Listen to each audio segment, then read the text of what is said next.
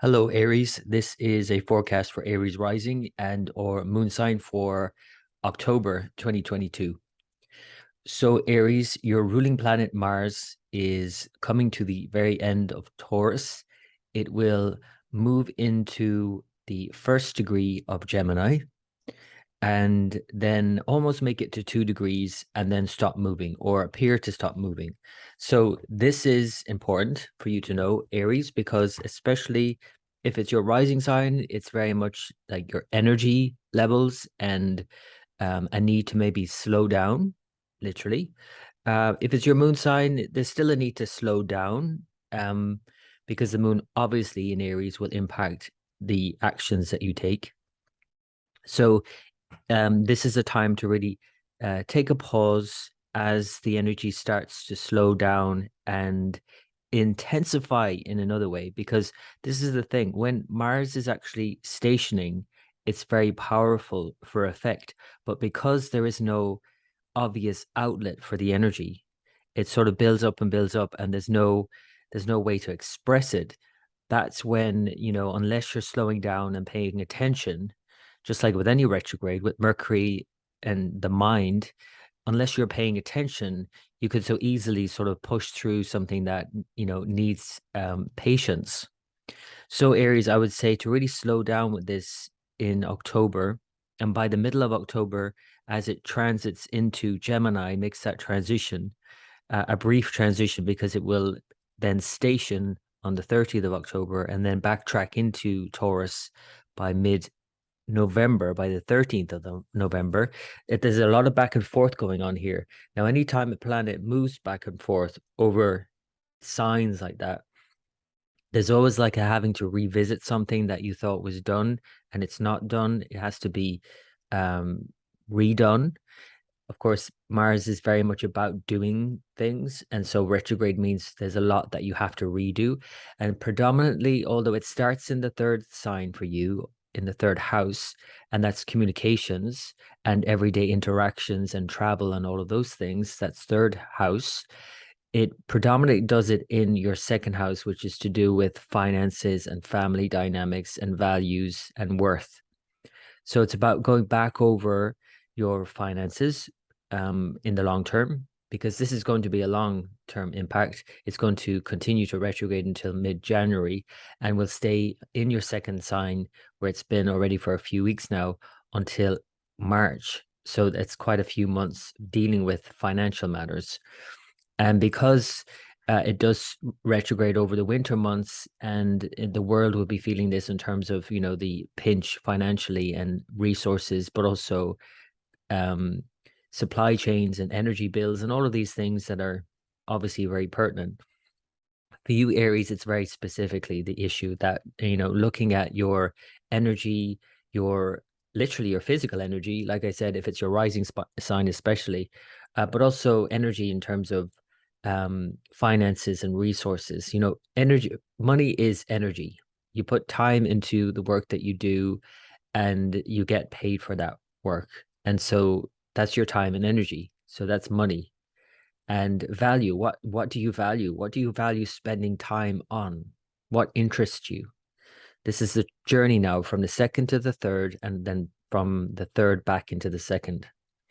And when you know what interests you and what you value, you'll speak your truth. This is very much about Mars in the second house. It's about uh, doing so kindly, of course, but also speaking your truth, saying what you need to say, meaning what you say, and saying what you mean. So that's Mars in your second house, and that's the predominant theme for October. There's a lot of other things going on though, so let me go through them. The other thing, the major thing that's going on is that we have an eclipse in your seventh sign in Libra at 7 degrees of Libra on the 25th of October. I'll show you that now as we go through the lunations, the full moon on the 9th of October and the new moon on the 25th of October, that eclipse. So the new moon in Pisces in your 12th sign, or sorry, the full moon in Pisces in your 12th sign, and that is by mid-October on the 9th of October. This is a culmination point, and there are many good things at the beginning of October, actually, even though it apparently seems on the outset that actually these are challenging because Venus has slipped into debilitation in Virgo. but it's propped up by Mercury in Virgo and then Jupiter opposite. So the full moon with Jupiter in Pisces is actually, I think, going to be a very enjoyable time, that first week of October at least. But then it definitely takes a dip more so and into the darker time of the month as the sun then by mid-October goes into Libra, into debilitation. So then you have the sun debilitated, Venus is going to be debilitated just for the first part, the first half of October. So that will shift at least. Venus moves into Libra by 18th of October. So that's a more positive shift. So there is kind of this downturn definitely in October, and we've seen it already, obviously, in the financial situation with Venus. As soon as it moved into Virgo, the pound slipped. That's not uncommon to see that. Also, things like in Iran and the protests, the women's protests, it's Venus-related issues. But for you, Aries, this is your partner. This is relationships. This is finances. All of these things are important for you. And when it goes into the sixth house, into debilitation, it might challenge these things. Again, like I said, the first part of the month, it's propped up. So actually, there might be a sense of, despite the challenges, that there's a certain sense of appreciation and things to enjoy and to just be happy with what you have, maybe these kinds of things. Or again, with Jupiter opposite, something more meaningful, especially around that full moon. Saturn continues to retrograde, but it will station along with Pluto in your 10th house. Now, this is a very important transition for you, Aries, because, well, this is the last time that Saturn will station in your 10th house. The last time in October that it will actually bring things to a halt in many ways, or it might feel like that in many ways. And by the 13th, by the 23rd of October, Saturn will station direct. Pluto will do so on the 8th of October earlier. So basically what this means is that you've been dealing with these setbacks now for 2 years. So, this is a familiar theme since the beginning of 2020.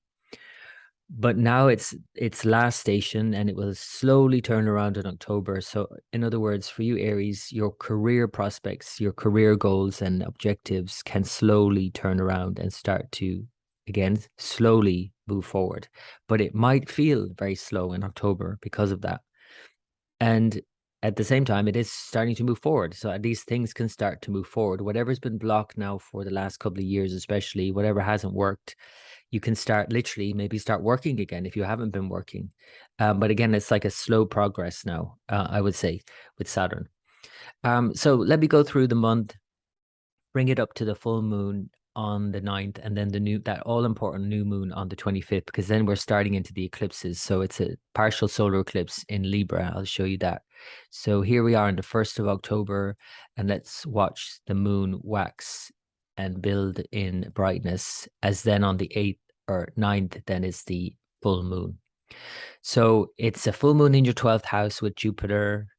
Jupiter will continue to retrograde through October and to the end of November. So there's that theme of going back to something more meaningful. And this full moon is more definitely a sort of checking out in one way, and maybe tuning in or tuning out in another way, where you can certainly enjoy this. I mean, it's an enjoyable full moon when it's conjunct Jupiter. I mean, that's a very nice combination. And then opposite, we have Venus and Mercury. So all the benefics, they're called, all the kind planets are involved with this full moon.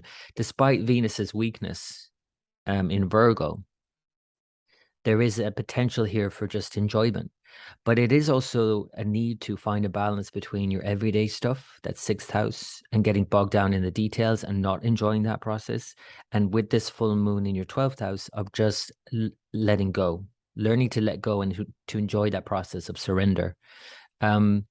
Now, when I say letting go, I'm not saying giving up. It doesn't mean the same thing. Letting go, surrender means actually letting go into the potential and possibility that anything could come about at this time, and be open to opportunity and possibility. And that's what I mean by surrendering or letting go for this full moon.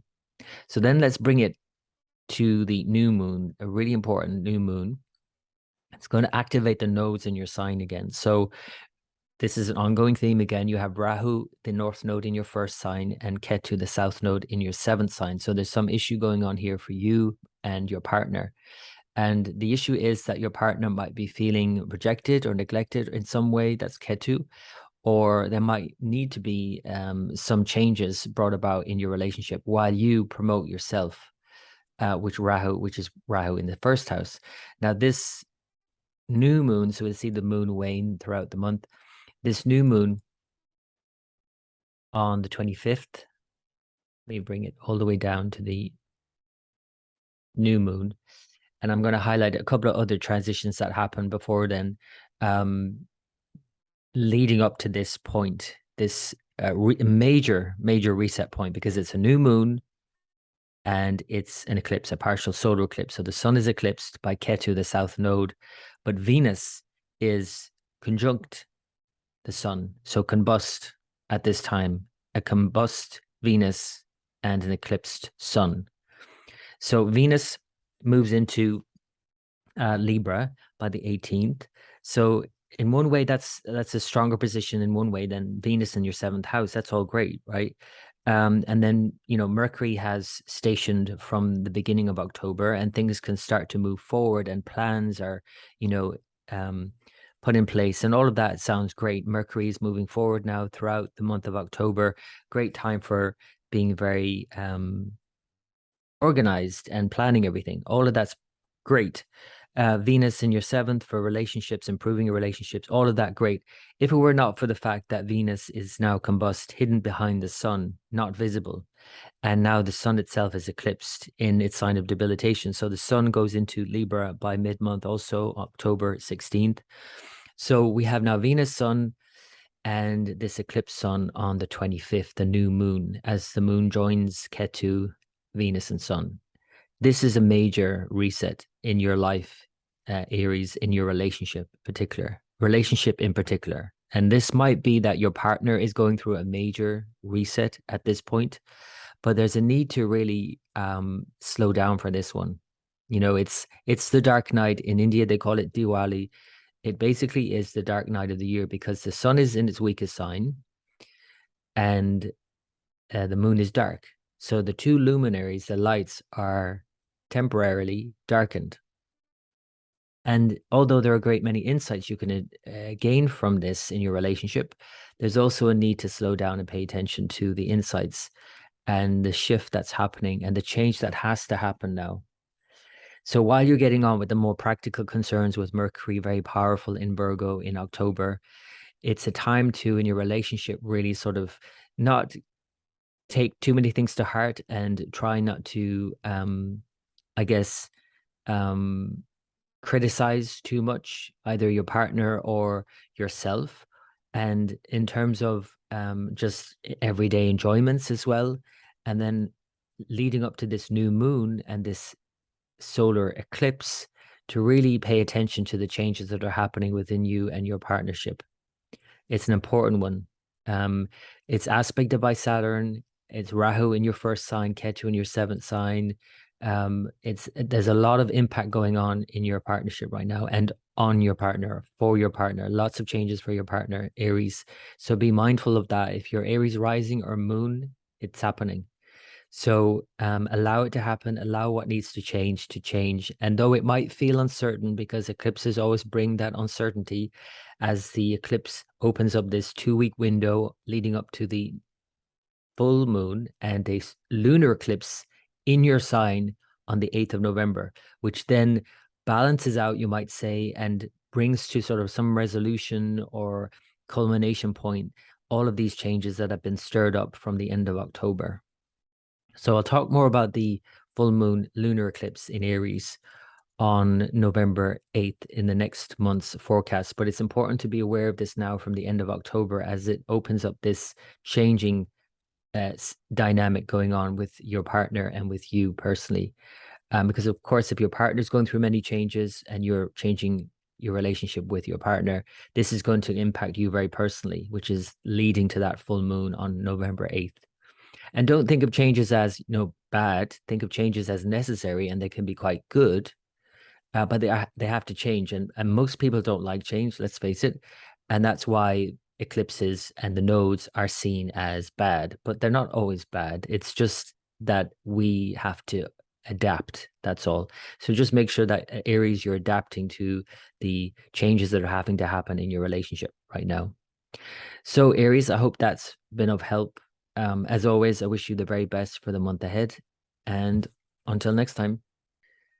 Hello, Taurus. This is a forecast for Taurus rising and or moon sign for October 2022. So Taurus, your ruling planet Venus is, although debilitated in Virgo, where it's in its fall, where it feels a bit dried up and it feels lackluster in many ways. There is a lot of compensating. There are a lot of compensating factors. There are two in particular, and that is Mercury is in Virgo, and opposite we have Jupiter in Pisces.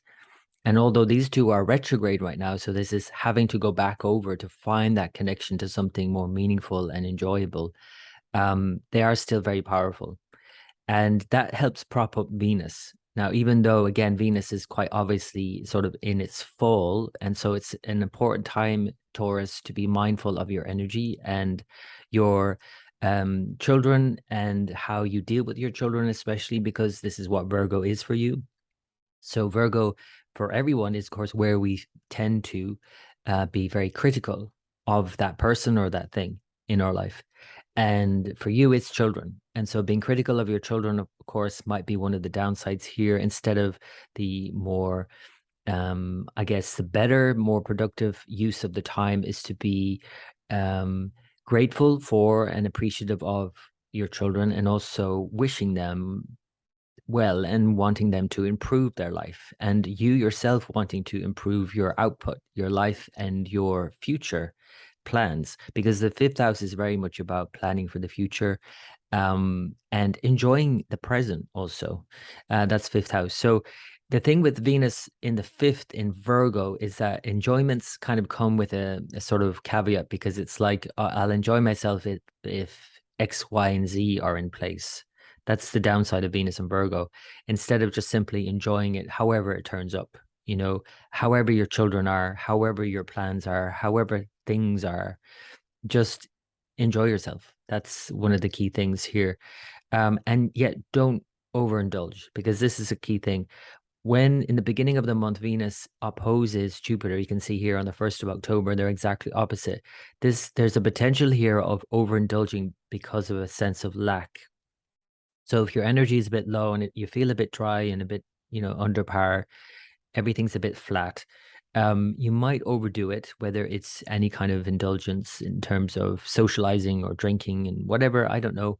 But whatever indulgence you experience, that can then lead to this sense of further lack and emptiness, and I can point out, the sex drive and how that can come and go, and how when you have a lot of sex, then it can really deplete you um, afterwards.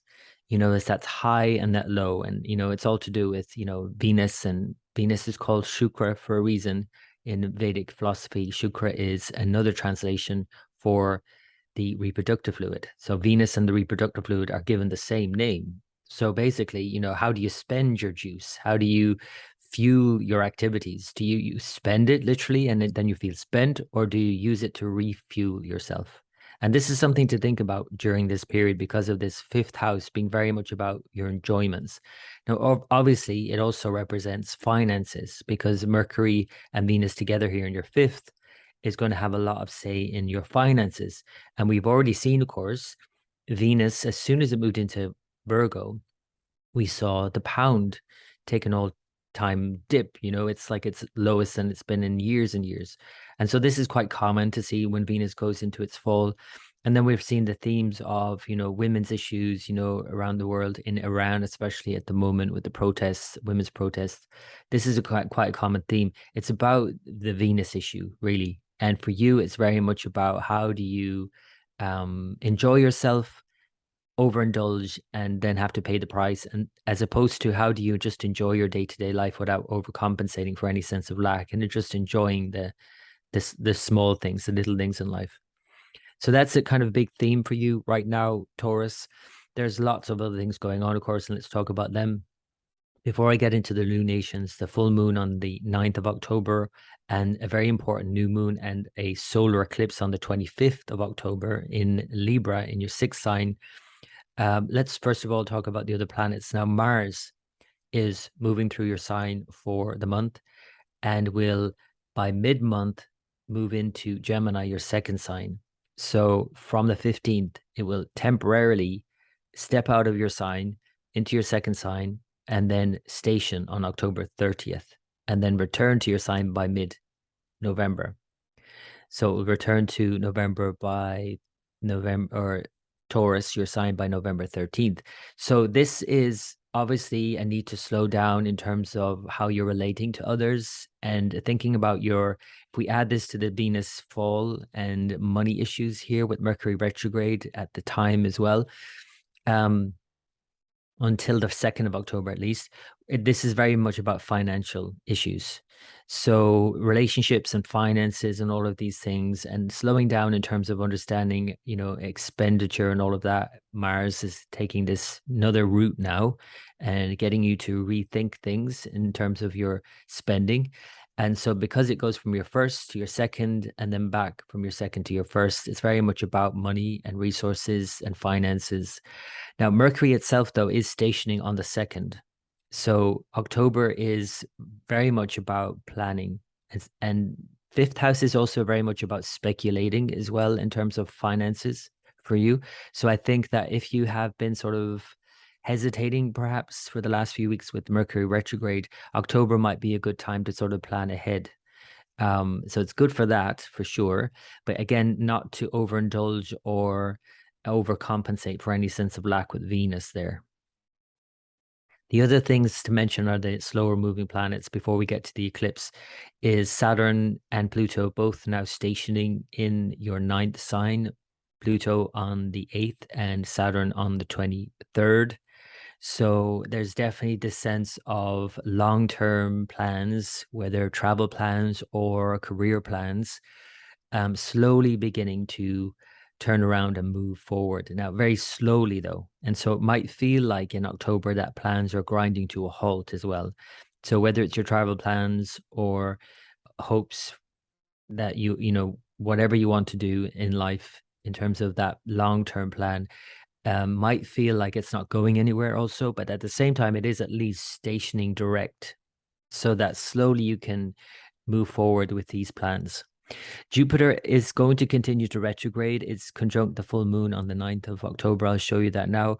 But it continues to retrograde in October and until the end of November. So this is still a kind of ongoing theme. By the end of September into the beginning of October, it's at that midpoint in its retrograde. So there might be some sort of sense of how to move forward with your objectives, your goals and ambitions, and how to reconnect with those things that you find meaningful. You find that, that's, I want that is something that I feel like is important to me. But in the long term, obviously it's October and November is still this retrograde. And so needing to go back to something that, or back to, some sort of network you were involved with in the past, or friend circle, or friend, just a friend, or back to some objective that you had in the past that you maybe could revisit, back to some goal or aspiration that you have. So that's Jupiter. So let's get to the full moon and the new moon then, as we talk about the nodes for the new moon, a very important new moon and an eclipse. So I'll bring it forward to the 9th, which is the full moon.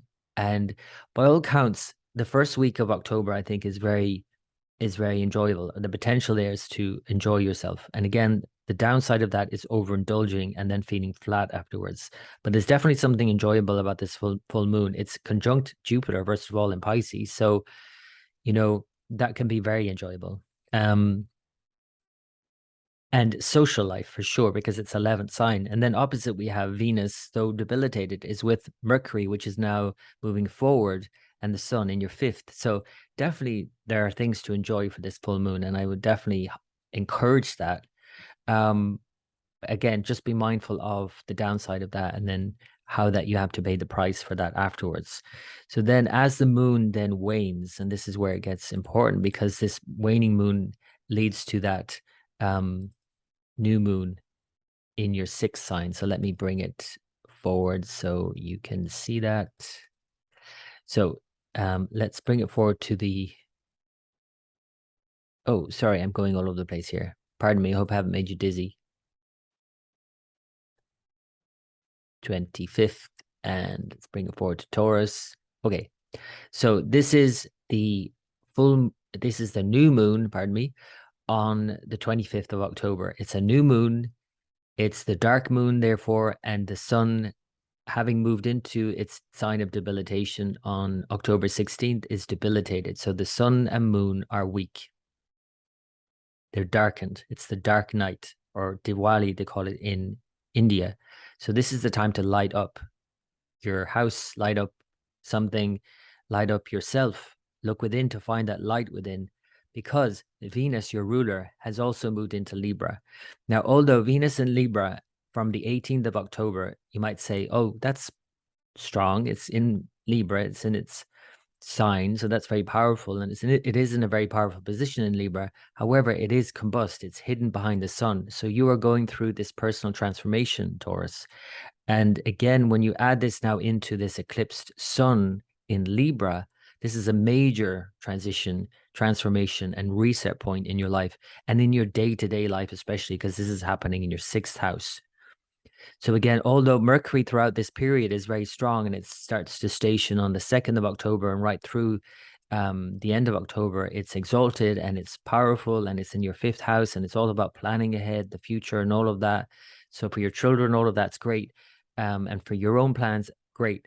But Venus now slipping behind the sun, completely burnt out by the sun, burnt up. The outer significations of Venus, you might feel literally burnt out, right? If this is your rising sign, Taurus, certainly that's the case. If it's your moon sign, you emotionally might feel like empty. Like this is like, I've been just completely floored with this. I've been going through a process, and allow that, I would say, allow this process of transformation, of disappearing into the underworld, as Venus is said to, be taken down into the underworld and then reappear bright and full of energy once again. But allow that kind of dip. And this is actually the dip in the year. This is, like I said, the dark night of the year. It's not literally the darkest night of the year, obviously, but figuratively, energetically, it is the darkest night on the 25th of October, and the Festival of Lights, the Day of the Dead, all of that celebrated around this time. So you're so involved in this, Taurus, that it's important that you pay attention to your energy levels and you slow down in your day-to-day life and just kind of keep a even keel and schedule, so that you're not overdoing anything or overcompensating for any sense of lack, because the energy will come back in spades. Not to worry about that. So that's the new moon and partial solar eclipse in your 6th house. There's definitely a need to change something in your life and in the way you do things day to day, the way you deal with your finances, the way you deal with your debts, the way you deal with your health issues, the way you deal with competitors or people you perceive as enemies, or anything that feels like it's in any way a struggle or a challenge. This time around the end of October is a time to look at it differently, because it is changing anyway. And then when I talk about the full moon in November, because 2 weeks after this, the culmination point, the full moon opposite in Aries, is a time to sort of come to some sort of resolution and letting go of whatever problems that you've been dealing with in your 6th house and this particular eclipse. So in this process now, from the end of October until the beginning of November, this process of, again, going through whatever challenge you're going through or change that you have to make, or allow happen, then you just allow that to end, to come to some sort of resolution by the 8th of November, and then move on. Because yes, as uncertain as this eclipse is, it's creating a lot of change. It's necessary change. There's a lot of change going on here for you, Taurus, because your ruler is so involved in this. So anyway, I hope that's been of help, Taurus. As always, I wish you the very best for the month ahead. And until next time. Hello, Gemini. This is a forecast for Gemini rising and or moon sign for October 2022. So Gemini, your ruling planet Mercury is retrograde but only for the first couple of days of October. It will station by October 2nd and slowly turn around and move forward in a very strong position in Virgo. So throughout the month of October, Mercury is moving forward with plans and very powerful in its sign of exaltation. So this should feel good. This should feel good, like you're being very productive and organized and everything's been managed really well, especially around home life and all of that. But also just in generally, just feeling good in your plans and your direction in life, and then things can move forward again. The one downside is Venus is here. And it means that Venus, in a way, is kind of bringing down the mood and your energy levels in many ways, because either through overindulgence, which is possible, we have Venus opposite Jupiter at this time. So there's definitely a potential for, if you're feeling a bit flat, if your mood is a bit low with Venus in Virgo, at home, sort of maybe having some indulgence here that then leads to feeling even flatter. And that's important to be mindful of. But as long as you're not doing that, at the same time, your ruling planet is so powerful right now, especially by the time it stations to move forward again, that you'll feel like you are moving forward and gung ho about things again. So that's very positive. But with such emphasis on your fourth house, this is very much, of course, about your home life, your happiness, what makes you happy, um, and making some adjustments around these things as well are important, especially the first week of October as Mercury does that turnaround. So that's the kind of bigger theme of the month of October, but there's lots of things going on, including a solar eclipse by the end of the month, which I'll talk about in a minute now as we get to the lunations. The full moon on October 9th in your 10th house in Pisces, in your career space, conjunct Jupiter. So there's definitely something to really deeply connect with here in terms of your higher goals, you might say, or just in terms of your more public life, as opposed to all of this very private space that you've been focusing a lot on for the last few weeks. And then there's the new moon on October 25th, which is an eclipse in Libra, and it's the dark night, not just a new moon, it's the dark moon, it's the dark night. The sun is in Libra in its fall, and Venus is conjunct this new moon and eclipse in your fifth house, Libra. And so this is very much a complete and utter reset in terms of your future plans, around your children, if you have any, or any kind of plans for the future, any plans for your own future or their future, and any kind of speculation around any kind of anything, so thinking about the future. This is showing that there's a big reset, a big change that's going on within you at this time, at the end of October. And that then leads to sort of a culmination point by November 8th for the full moon, and a lunar eclipse on November 8th in your 11th sign, which is very much about you then taking those plans and thinking bigger and being more ambitious and looking at your goals and objectives and how that can be brought to life, and that itself being changed. So there's a lot of change in terms of your plans for the future going on right now, Gemini. And they are ultimately positive. We have to look at them as positive. They're absolutely necessary.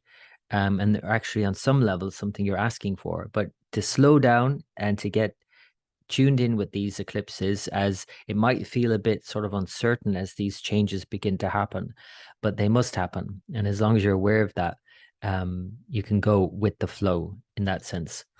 So the other thing to mention here, apart from the slower moving planets, and I'll get to the eclipses now when we look at the full moon and the new moon, is the transit of Saturn and Pluto in your 8th sign, because they're going to station direct in October.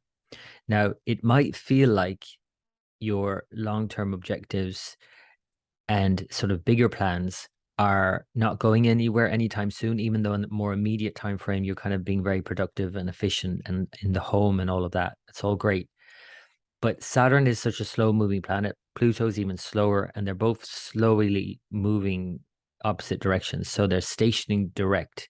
So it looks like they're not moving at all in October. But the good news is that they are stationing direct. So they're going to slowly move forward. So you can then eventually slowly move forward in October and beyond with your long-term plans. And this is the last time Saturn will do this in your 8th house, which has created a lot of uncertainty and change and unexpected change in the world around you and us, because eighth house is very much about things that you cannot control. And so what have we had since the beginning of this is, the pandemic, the lockdowns.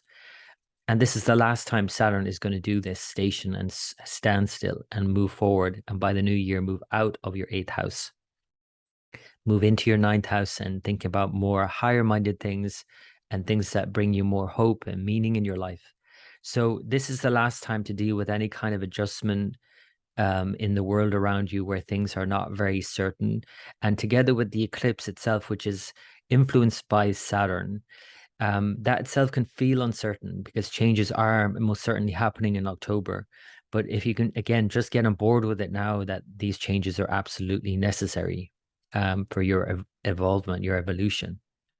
Um, so let me bring it to the full moon. First of all, we'll see the full moon on the 9th.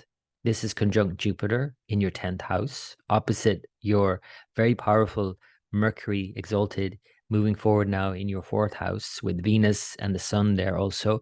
So this can be very enjoyable for sure.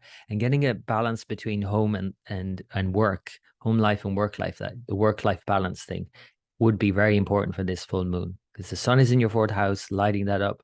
Your home is very important right now, of course, your happiness, but you also have your outer responsibilities in the world around you. And connecting with that is going to be important around this time as well for this full moon. Full moon conjunct Jupiter in Pisces. That's a very powerful indication there. So there's definitely something to enjoy. Absolutely. But it's just, again, be mindful of overindulging as well and getting that balance right. So you're not feeling flat afterwards. So that's the full moon. Let me bring it down then to the waning cycle as then the moon reaches the sun on the 25th. Now, this is the complete reset and a major reset in the year, really, because this is the dark moon. As the moon moves into Libra, Venus has moved into Libra from the 18th, sun from the 16th, and they come to exact degree by this new moon. So Venus has disappeared behind the sun, it's combust, and then the sun is eclipsed by the moon in its sign of debilitation. So everything might feel a bit flat right now. This is literally the darkest night of the year in a spiritual sense anyway, because the moon is dark literally, but the sun is debilitated. It might not be literally dark in terms of the darkest night, but it figuratively is at least the darkest night. Energetically, it is the darkest night. So when Venus has also disappeared behind the sun, you're going through a process of transformation here, obviously, and especially in terms of your future plans and hopes and dreams for the future, and all of that will be an important part of this. The changes that you are going to be making now, or you might not feel like you're making them either, that feel like they have to be made. This is opening up a 2-week window of uncertainty, perhaps, but the certainty will come back again. And of course, nobody likes to go through change, but change is absolutely necessary.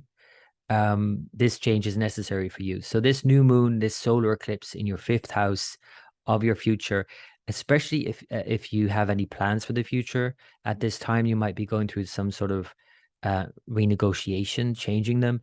If you have children, changing your thoughts about their future, they may be going through changes themselves in their future. But slowly going into this change and going through a process, I will say, of change now in the next 2 weeks. And now, again, leading up to that 2-week period on November 8th is the full moon, where there's a culmination.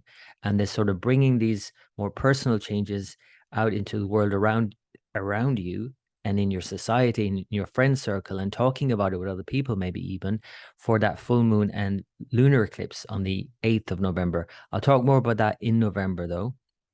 But for now, just be mindful of this changing time from the end of October, a very important solar eclipse in Libra. I hope that's been of help, Gemini. As always, I wish you the very best for the month ahead. And until next time. Hello, Cancer. This is a forecast for Cancer rising and Cancer moon sign for October 2022. So, Cancer, we're seeing a eclipse happening, an eclipse on the 25th of October where the moon eclipses the sun partially. And this is an important one for you, Cancer, because it occurs in your fourth house of the home. So this is the biggest story for you really in October, this partial solar eclipse on the new moon on October 25th. And this is a change in your home environment. Now, always the case is when you have a solar eclipse, your ruling planet, quote unquote, the moon eclipses the sun during a solar eclipse. So therefore, you are eclipsing your second house lord, the house of resources, the house of finances or values, of family. And because this is happening this time in your fourth house of home matters, there could be some issues financially at home. There could be some things that you have to deal with in terms of your values and your valuables, literally in your home. There might be some changes happening in your home. This eclipse then opens a 2-week eclipse window, as it's referred to, because then 2 weeks later we have a full moon and a total lunar eclipse on November 8th, which I'll just hint at briefly here, but really I'll talk more about in the November forecast. And it's good to be aware of that because it really opens it up by the end of October into the beginning of November.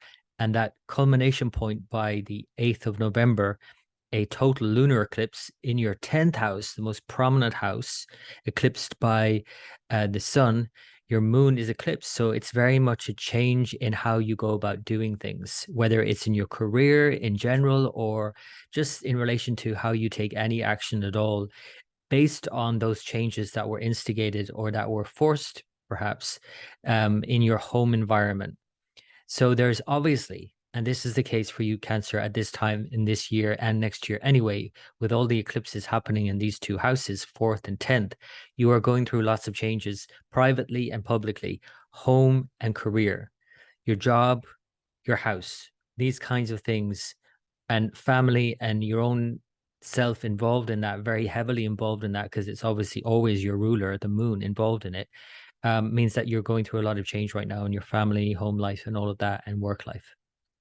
So that's the biggest story for you in October, but there are other things going on for sure, lots of other things. We have this Mercury continuing to retrograde only until the 2nd of October in Virgo. It's met by Venus. Sun is moving through Virgo the first couple of weeks of October. A lot of emphasis on Virgo, then shifting into that eclipse into your fourth house in Libra. So this is a shift from you enjoying yourself, perhaps just traveling about, third house, enjoying interacting with other people, communicating with other people, enjoying those interactions with Mercury and Venus and the sun all in your third house, going for something you want, indulging what you want as well. That could all be very fun. But then that quite quickly in October leads to this profound change that's happening within you and in your home life. So it could be that, you're being more social right now. For example, we have all these planets in your third house with Jupiter opposite in your ninth house. So you could be just traveling around even further as well.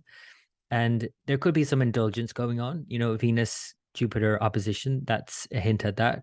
But again, this shift that happens mid-month and then into that eclipse shows this kind of more profound change that's happening in your core being.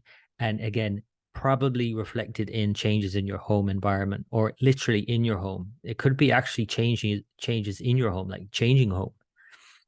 At very least, it could be like just altering your home or making alterations or renovations or something like that as well. That's certainly possible because this eclipse in Libra in your fourth house, which I'll show you now, is eclipsed by Ketu, the south node. So it can also bring up things from the past, though, in your home environment. And so, like, that's obviously the case when you're often when you're doing a clear out, you come across these things that, oh, I forgot I had that kind of thing. It could be as simple as that or as profound as you having these kinds of realizations about yourself and your home in your past has brought something back for you to revisit. And then, like I said, in 2 weeks later, then the Rahu eclipse, the north node of the moon eclipsing your moon, that could be quite intense. And I'm going to talk about that more in November, but it can be intensely good as well. And the changes that are happening in your work and in your more public life, and what will probably be more visible in a way, even though, pardon the pun, because it's an eclipse moon, it's a total eclipse of the moon, it still could be more obvious to you than the changes that are happening inside here in the fourth house, in the home in private, at least obvious to everyone else, maybe, and maybe not um, necessarily obvious to um, yourself, because the nose of the moon, Rahu and Ketu, basically represent shadow aspects of you. And so, although they can obscure, they can also reveal. And, that's the thing about eclipses. It's literally the sun and moon being eclipsed, the light being blocked. So that can be obviously some things obscured and you can't see it clearly, but equally, it could reveal something to you. So when the moon eclipses the sun, that is the mind getting in the way of actually what's happening, what's literally happening. That's the sun. The circumstances is the sun. The moon is the mind. So that's something to be mindful of throughout this whole period of October into November as these shifts begin to occur. Now, the other big news is that Saturn and Pluto are both stationing in Capricorn, and they will slowly, very slowly begin to move forward. Station direct October 8th, Pluto stations, October 23rd, Saturn stations. So this is the last time that Saturn will station in your 7th house of relationship. That's good news because this has really put the pressure on you in the last couple of years. So this same theme of you feeling pressure in some way to get in or to get out of a relationship has been prominent since January 2020. And this will start to move on now as things slowly start to clear and become clear in how you can move on long term. And though it will be slow though in October, because Saturn will not appear to move at all actually in October. So it will feel like this kind of point is being hammered home as well. What needs to change in your relationship, how you relate, especially maybe changes that have to happen for your partner more so. And then that will move on in the new year as Saturn moves on to the next sign.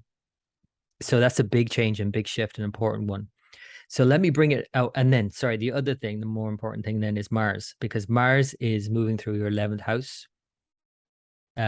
throughout the month of October, and then into your 12th house by mid-October. And then it will station by the end on October 30th. And then in November, it will backtrack into your 11th house. So it's this back and forth now between your 11th and 12th house. And so looking at, and because Mars is your 10th Lord and it's involved in this eclipse and all of that change that's happening in your work or what you want to do with your life and the direction your life is taking, because Mars is now at the end of October about to retrograde in your 11th house or in your 12th house, going back into your 11th house in November, I should say. This is a sort of like, what do I want long term? Yes, but also what do I need to do to get what I want, my highest ambitions, and what do I need to let go of more than anything in the beginning? Because that's the initial stage of Mars retrograding your 12th house. And then as it goes back into your 11th house, well, maybe I need to let go of this, whatever, this dream, this, whatever it might be. And maybe I need to focus on this dream that I can make happen. Maybe I need to let go of this goal, this objective, and maybe I need to focus on this one. So there might be this back and forth going on for you in October, November, Cancer. So just be mindful of that because this is a long-term transit. It's going to be retrograde until the middle of January, and it won't move out of your 11th sign of, again, your objective, your ambition, your goals until March. So this is in for the long haul, and this having to redo something, reassess your goals and ambitions in life overall. So that's another big change that's happening in October. So Cancer, there's a lot of changes, as you can see, happening. So let me bring it forward so we can see the full moon, first of all, and then I'll show you the new moon and that eclipse.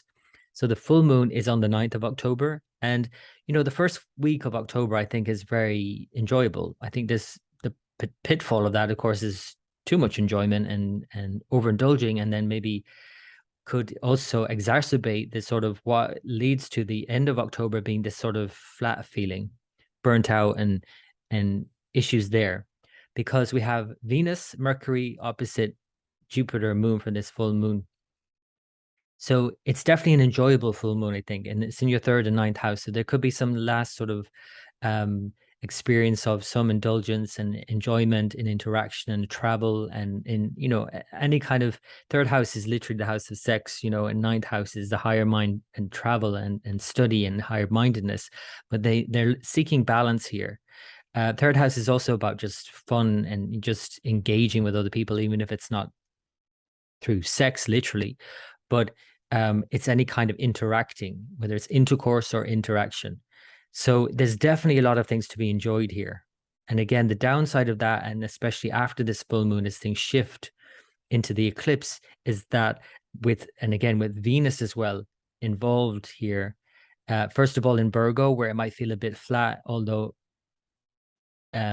it's propped up by Mercury, which is very powerful now, moving forward now from the 2nd of October, as they all file into Libra. Although Venus now is more powerful in Libra than Mercury, which moves into Libra also by the end of the month, Venus is going through its own process of combustion. It's disappearing now. You can see how close it is to the sun right now, and it's disappearing behind the sun. So basically, and again, it's all home related. And 11th house is very much about your goals in life. So there's a lot of key things changing now for you, Cancer, really key areas of your life that you're going through a lot of changes with. And it would be worth taking stock at this time, at this stage, for the full moon on October 9th, as everything pivots around this. So if I show you now how that happens, as the moon then begins to wane and as things begin to change, as the sun first goes, Venus and the sun both go in around the same time into Libra. So now Venus is, again, like I said, in a stronger position. Mercury is also very strong here. It still remains strong throughout most of October, but the sun has gone into debilitation, and the Venus then is therefore also combust because they're moving in together.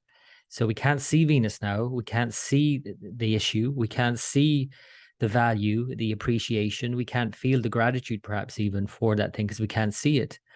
And so again, this is home related. And again, your objectives here are put under the spotlight for sure. So now by the time the moon reaches them on the 25th, this is the new moon. Now, this is what's called the dark night of the year, the darkest night in many ways, because it's the new moon. So it's a dark moon and the sun is debilitated, and it's almost at its exact degree of debilitation. The eclipse itself will occur at 7 degrees, but the sun is debilitated exactly at 10 degrees. And at the same time, Venus is there as well, exact degree with the sun. So it's heavily involved in this eclipse. And this is a major reset, therefore, in your home. Whatever's going on, whatever changes are happening in your home, I would, around this 25th of October period, be very mindful of slowing down and paying attention to the changes that are happening inside yourself, as opposed to just looking at all the maybe more dramatic changes that are happening outside yourself and in your home, and that lead to changes that happen in what you do later on. So this is a really important time, Libra, or Cancer, pardon me, but in the sign Libra, in your bedrock, in your deepest part of your being in Libra. Mercury then moves in and joins them all. And although it's in a strong position, it's in a friendly sign, it's not exalted anymore. So I would definitely use October to be very clear in your communications, to be very proactive about those things, to be very, how will I say, efficient and getting clear about what you want to communicate. Because again, once these changes start to happen and all of this uncertainty after the eclipse on the 25th starts, it might be a bit more of a challenge to be clear in your communications when there's so much in flux. Every time there's an eclipse, there's always more change and there's always more uncertainty. And it's something to just be open to be mindful of, to lean into a bit more, and to allow the changes to occur. So I hope that's been of help, Cancer. As always, I wish you the very best for the month ahead. And until next time. Hello, Leo. This is a forecast for Leo rising and or moon sign for October 2022. So this is an important month for you, Leo. The sun, your ruler, is eclipsed. It moves into Libra, where it's said to be debilitated. That is also mitigated by Venus moving into Libra, but it's quite a complex time. Now, because your ruler is moving into Libra, it does this every year at this time from middle of October to middle of November. It obviously means, therefore, especially if this is your rising sign, Leo, it's a time to slow down, obviously, to pay attention to your energy levels. If it's your moon sign, likewise, because your mental state also has an impact on your energy. So be mindful of just slowing down and not overdoing things. Confidence, of course, is going to be affected by this eclipse and debilitation of the sun, and your ruler feels a bit sort of under par. Perhaps it doesn't mean that you can't compensate for it, but there could be a potential to overcompensate and maybe having this sense of this thing coming, this change coming that could be quite uncertain. And that overcompensation prior could actually lead to even more of a sort of feeling flat. So in a way, that's all that this means most often, that the sun moving into Libra feels a little bit flat for you. No big deal there. But again, at the beginning of the month, there's hints here at possibly overindulgence that lead to that more of a sense of feeling flat. And so with the sun in Virgo, with Mercury now stationing in Virgo, the 2nd of October, Venus in Virgo, opposed by Jupiter in Pisces, and Venus and Jupiter opposed on the 1st of October, this could definitely feel a bit sort of like I just wanting to enjoy myself because I don't want to feel flat. And that's okay, but just be mindful of that tendency. But again, as they file into Libra and for this new moon coming up at the end of October, that could be the result, that you feel this sort of the after effects of that as your ruler goes into Libra, the kind of drying effect that it creates. Now, that's not necessarily literally the case, but although oftentimes that is if you're on the northern hemisphere, as the winds pick up and the dryness of the autumn. But I'm talking about figuratively, energetically, it's a dry kind of time of year. It doesn't feel like full of juice, right? So the fact that Venus is doing that with the sun, they both move into Libra together at the same degree, means that Venus is not visible either. And that's just adding to this sense of dryness and everything feeling a bit flat. Up until then, like I said, Mercury is there in Virgo. It's propping it up, and then propped up by Jupiter opposite, which again could be like overdoing it to prop yourself up. Overindulging just so you don't feel that kind of that lack in any way. Now, obviously, this has connotations in terms of your finances, because of Venus, Mercury, Sun in your 2nd house, Jupiter in your 8th house.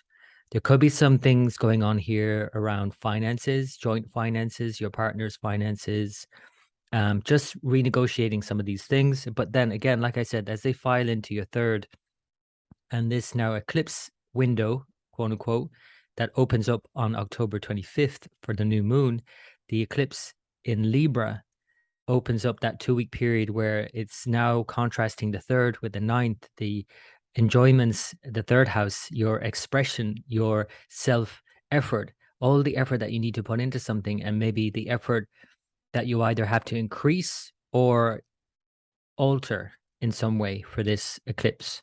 And how that then in a couple of weeks' time after that, on November 8th, leads to the full moon and a total lunar eclipse in your 9th house, where you can see things very differently and believe possibly that things are possible you'd never thought were possible before. So to be open-minded about the potentials here, Leo, is certainly to your advantage. But again, like I said, the beginning of the month, not to overdo it, so that you can lean into those changes and use all that energy and juice and fuel to fuel those changes that are going to happen anyway. But it's just you're going to be more on board with them if you can have the energy to deal with them. Nobody likes change, let's face it. Fixed signs least of all. So when changes do come along, you just need more energy to deal with them. That's kind of simple as that, really. Now, there are other things happening, not just the eclipses. So let me point out another key thing, a couple of key things. First, Saturn and Pluto are going to station direct in Capricorn. Pluto on October 8th and Saturn on October 23rd. These two very slowly move and change direction so that they're slowly moving forward. But in October, it's going to feel like they're not moving at all. And from our point of view, they're not. They're just staying in place. So it's kind of really hammering a point home here. Now, again, if it's your rising sign, probably more so than your moon sign, there's probably some health issue that you're having to deal with or you've had dealt with. And that there's this kind of last push in order to overcome this block. If it's work issue, that's another possibility of sixth house. This is the last kind of getting over this. If it's some sort of issue in terms of, competitors that you perceive as competitors, at least that's sixth house, work colleagues, if there are any kind of, arguments, any kind of dealings with any people that you maybe would rather not deal with, this is the last time to kind of deal with this, that you will be dealing with it in this manner anyway, with this intensity, with Saturn now finally for one last time turning around in your sixth house and moving out of your sixth house by the new year. So this is the turnaround, the very slow turnaround for these kind of issues. And it might be slow, like I said. You might feel it like it's not going anywhere, but it is changing. It is slowly turning around. Things are going to improve after this. Saturn is finally going to start moving forward and out of this area of your chart. Although it does really well in the sixth house, it has challenged you to change some fundamental things in your day-to-day life and how you work, in your health routines and in your health in general. And it might have been challenging, but again, you've probably done what you needed to do at this point anyway. And if you haven't, this is one last opportunity to kind of make those changes. The other big thing that's happening is that Mars is going to retrograde. As all the other planets start to station and move forward, Mars will actually do the opposite and move retrograde from the end of October, October 30th. But it will first peak into Gemini from mid-October and then station on October 30th. And then in November, by mid-November, go back into Taurus. So this back and forth between your 10th and 11th house is certainly about you wanting to do things that are more meaningful. And what you'll be doing initially is looking at, well, what do I get out of what I do? What am I getting out of this? Like literally, what am I earning? What are my earnings? That's the 11th house, the initial transit of Saturn stationing there by the end of October. And maybe kind of reconfiguring that, reassessing your earnings and your earning capabilities, for example. Maybe, bringing in other kind of streams of earnings or something like that. Then it goes back into your 10th house and it's about then reassessing and redoing how you work and your career objectives in a more, I would say, in a bigger way, because now we have Mars retrograde in Taurus in a trine to Saturn, which is now direct in your sixth house. So it's about putting in the steps day by day in place to make those higher objectives a reality. And because Mars and Saturn are in this trine in a friendly relationship to each other in Taurus and Capricorn, Leo, you'll absolutely be able to negotiate this and do the necessary. So that's Mars. It is going to be a bit like frustrating at times. You have to be mindful of that. You have to be aware that Mars retrograde can be like setbacks and delays, but at the same time, it can be a great time for you to redo things and rethink your whole approach to your career objectives and your goals in life and your ambitions. So if I bring it forward to the full moon, I'll just show you both lunations before I finish with this month. We have the full moon on October 9th in your 8th house with the planets here, Venus, Mercury, and of course the sun opposite the moon in your 2nd house. Now, this can be enjoyable for sure because it's a full moon with Jupiter. Jupiter continues to retrograde in October and November, asking you to reassess your more meaningful pursuits, but it's doing so in the 8th house, so it's more spiritual probably than anything else. And it's possibly also uncertain. There's uncertainty, there's change. This key fundamental change is happening, but maybe out of view, out of your own view also. The 8th house is very hidden. And so in terms of, for example, your intimacy with your partner, that's 8th house, that's quite hidden, right? That's not something you share with the world. But it could be anything that's hidden. It could be your finances, it could be your debts, it could be your relationship issues, your joint values, your resources, all of those things, your intimacy, your sexuality, all of these things are 8th house. Opposite is your 2nd house, which are the kind of more visible things that sustain you, the tangible things that give you a sense of comfort and stability and safety and security. And there's a need to find balance between the two now with this full moon, of course, between Virgo and Pisces, your 2nd and 8th house. So it is, though, an enjoyable full moon, like I said, because of the Jupiter moon combo. And then obviously opposite, we have Mercury and Venus being propped up by Mercury. It means that all the benefics are involved in this full moon. So definitely there's an enjoyment here. But again, I would just be mindful of overindulging this financially, for example, because then that could leave you flat and in a situation later with all these bigger changes that are happening. So if you want to travel, for example, which is indicated here, or study or do something more meaningful with your life, you know, obviously you need the resources to be able to do that. So that's something to think about here financially for this full moon. I'm going to bring it then forward into the new moon. So you can see the moon here waning throughout the month. And as it comes and meets with the sun and Venus in Libra, so you see here the sun, your ruler, has moved into Libra by the 16th of October, and Venus also has moved in here by the 18th. We then have the moon join them. Now, this is the time to be mindful of your energy, because on the 25th, it is an eclipsed sun. Your ruler is eclipsed and debilitated, and almost by degree, because the sun is debilitated at 10 degrees. So this happens at the end of October every year. But this year is quite intense because it's also eclipsed.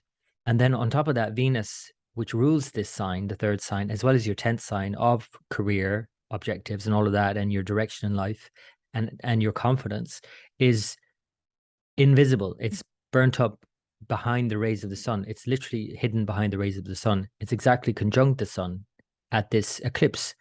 So there's a major reset, a major transformation going on in how you express yourself and how you go about getting what you want and doing what you want. And it's an important time, but it's just an important time to be mindful and be still with the changes that are happening right now. It's probably not the most auspicious time to be starting something new on the day, on the 25th of October, but it is definitely a time to plant the seeds in the dark, the darkest night of the year in many ways.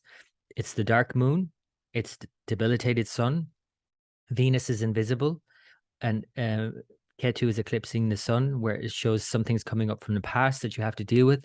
And then Mercury moves in after. And then so there's a lot of emphasis here on your third house, and it's all about your effort, the amount of effort that you need to put in, and maybe the way you need to change what you're doing and how you do it, how you go about getting what you want, remember. So that's the new moon and a partial solar eclipse on the 25th of October.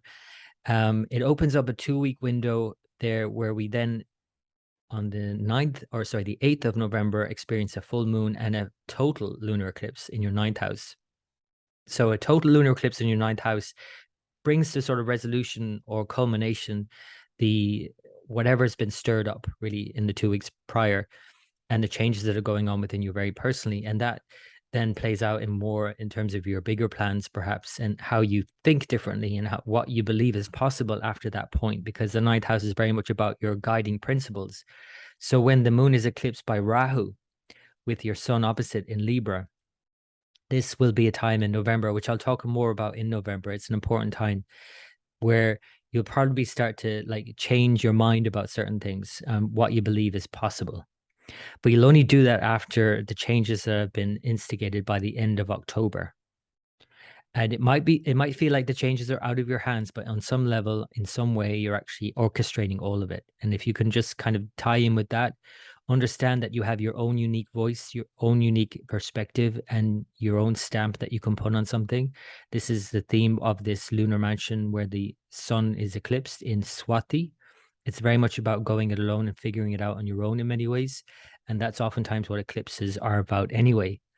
So that's the eclipse window, again, opening up on the October 25th period and then closing, as it were, on the November 8th period, around that time. It definitely opens up a sense of uncertainty and change, and nobody likes that. Like I said, least of all fixed signs. But if you lean into the change, there's great possibility here for you, Leo. I hope that's been of help. As always, I wish you the very best for the month ahead, and until next time. Hello, Virgo. This is a forecast for Virgo rising and Virgo moon sign for October 2022. So, Virgo, your ruler, Mercury, is about to finish up its retrograde, and I'm sure you're very familiar with this at this point. In the last few weeks, it has been moving back through your sign, in the sign Virgo, in a very powerful position, yet also in a very respective and reflective position. So it might be powerful, but it's oftentimes with Mercury retrograde, especially when it's in your sign, you might not really be gung-ho about things because you're going through so many internal changes that you're not really quite clear about how to express those outwardly. But certainly after Mercury stations direct on October 2nd, There will come a time after this that you'll, and throughout October, where you'll feel very powerful in being able to move forward with the changes that you've been going through in more recent times. Now, this happens a lot anyway for you, Virgo. It's part and parcel of who you are. Mercury goes retrograde 3 times a year. It rules your sign and your 10th sign of career and your direction and goal in life in that sense. So it's not unusual for you to reflect upon these things quite often. But when it does it in your sign, it's definitely a more personal reflection. It's a reflection on you. So you might be reflecting on yourself more, and that has a potential pitfall. And the pitfall of that is being self-critical. So that's one of the things to be mindful of, even though, it's very powerful here in Virgo and all of that. The reason for that is, well, any kind of analysis could lead to criticism for sure, but also it's the Venus in Virgo that could lead to some kind of self-criticism going on here. Venus can take down the mood in Virgo, and so this kind of self-critical nature is obviously a potential for a mood change, kind of feeling a bit flat, but also because Venus itself is going through its own process of transformation as it disappears behind the sun and then moves into Libra, where the sun itself is eclipsed. So there's major changes ahead on the very near horizon, in fact. And although October starts out with the kind of good feeling vibe in many ways, as your ruler starts to move forward and you have Venus there and you have the sun there lighting you up and everything feels great, and Jupiter opposite, and then the full moon on the 9th with Jupiter, everything feels really good. And that is good. And you should absolutely take full advantage of the beginning of October. It's just that when it then slips into Libra, as the sun moves into debilitation in Libra, joined by Venus, which has disappeared behind the sun, and then it's eclipsed by Ketu, the south node, bringing up some losses or something from the past that you have to deal with that you didn't think you had to deal with again. And some maybe family dynamic, for example, by this eclipse on October 25th. This could really kind of drop the mood. And that's important to be mindful of. So no matter how productive October feels, and that's great to use that and enjoyable as it is in the beginning, by the latter stage of October, the mood could drop a bit and the energy could drop because of overindulgence, perhaps, of just overdoing it. If you feel so productive and efficient in what you're doing that you just go gung ho into just doing loads. All of that's great, but again, you could just feel spent after all of that. So just be mindful of that overall. So there are other things going on, though, lots of other things, and I'll just point these out. One of the other key things that's happening is that Saturn and Pluto are both stationing in Capricorn. Now, this is definitely good news for the long term, because these very slow moving planets are stopping moving backwards and they're going to slowly move forward now in October. However, they're going to feel like they're not going anywhere for a while in October, because as they station, they're so slow that they don't look like they're moving at all. So this is important because the fifth house is very much about your future plans and what you want in the future. And whether that's with your self or your plans for your children, for example, or a project you're working on, or any kind of future endeavor at all, any kind of financial thing, also fifth house is definitely sort of impacted by these longer term transits. So again, although it's moving forward, and that's good because you can slowly move forward with the plans, in October it might not feel like it's going anywhere. So just be patient in October is what I'm saying, and slowly, by surely they will start to move forward. The other thing is that as all the other planets are going to start stationing now, and in November Jupiter also stations and moves forward, Mars is going to go retrograde. So your ruler Mercury is going to go forward, Saturn, Pluto, Jupiter eventually, all of these planets are going forward, but Mars is going to be a bit of the odd one out here and going to start retrograding from the end of October, October 30th. First, though, it's going to move from your 9th into your 10th, station in your 10th, and then go back into your 9th by mid-November. So this back and forth between your 9th and 10th is really important in terms of changes that you can make happen. This is one thing about Mars for you, Virgo. It rules the 3rd and the 8th. So on the one hand, it seems things that are outside of your control, that's the 8th. But on the other hand, it's 3rd house and things that you absolutely do control. And so there's a mixed bag here, obviously, with Mars for you, but there's a need to make the changes that you need to make. So go into this mindfully and consciously and make the changes that you need to make, first of all, in your career path, And then in more meaningful pursuits, whether it's studying, go back to studying, for example, when Mars goes back from your 10th in November to your ninth house, that could be going back to study, going back for a higher, qualification or something, or upskilling maybe, or going back to something that you used to do or the way you used to do it, or something more meaningful and purposeful eventually, because as Mars goes back into your ninth house, trine Saturn in your fifth house is definitely about you going back to do something that you used to do, that was maybe meaningful for you in the past, and that will allow you to move forward with long-term plans and objectives. That's the Saturn Mars trine. So ultimately, it's a positive thing, but initially it might feel a bit frustrating in terms of, setbacks and delays and all of that in your career, especially by mid to end of October and into the beginning of November. So just be really patient with this time, I would say, because it's also eclipse time while Mars is doing this. So there's a lot of changes going on anyway. And so I'll show you what those changes with the eclipses represent more specifically when I show you the new moon on the 25th of October. First, let's go to the full moon. Because like I said, this is potential here for a lot of enjoyment here. Moon is conjunct Jupiter in your seventh house in Pisces, very powerful. Mercury is moving forward now, very powerful. Venus and Sun are in your sign. This is all the benefics and the sun lighting you up. This could be very enjoyable, and your relationships can really benefit from this full moon. Again, just be mindful of overindulging, I would say. So, and take the time to, enjoy it. Absolutely. But then everything pivots on this period and starts to change in a big way. Apart from the eclipses, of course, we have the Mars retrograde then subsequently. So let me show you the eclipse itself, which occurs on the 25th. And that occurs in your second sign. So Mars, you can see now, has gone into your 10th sign, and it's going to stop moving there and it's going to halt. And so there could be this sense of setback in whatever you're doing, even though you're planning lots and going forward with your plans. There could be some technical hitch, for example, that's Mars. But now around this new moon and an eclipsed sun, a partially eclipsed sun in debilitation, almost exactly by degree, and then Venus absolutely, hidden behind the sun, by eclipsed by the south node. This is a quite an intense eclipse, I would say, by all accounts. And it's happening in your second house of finances.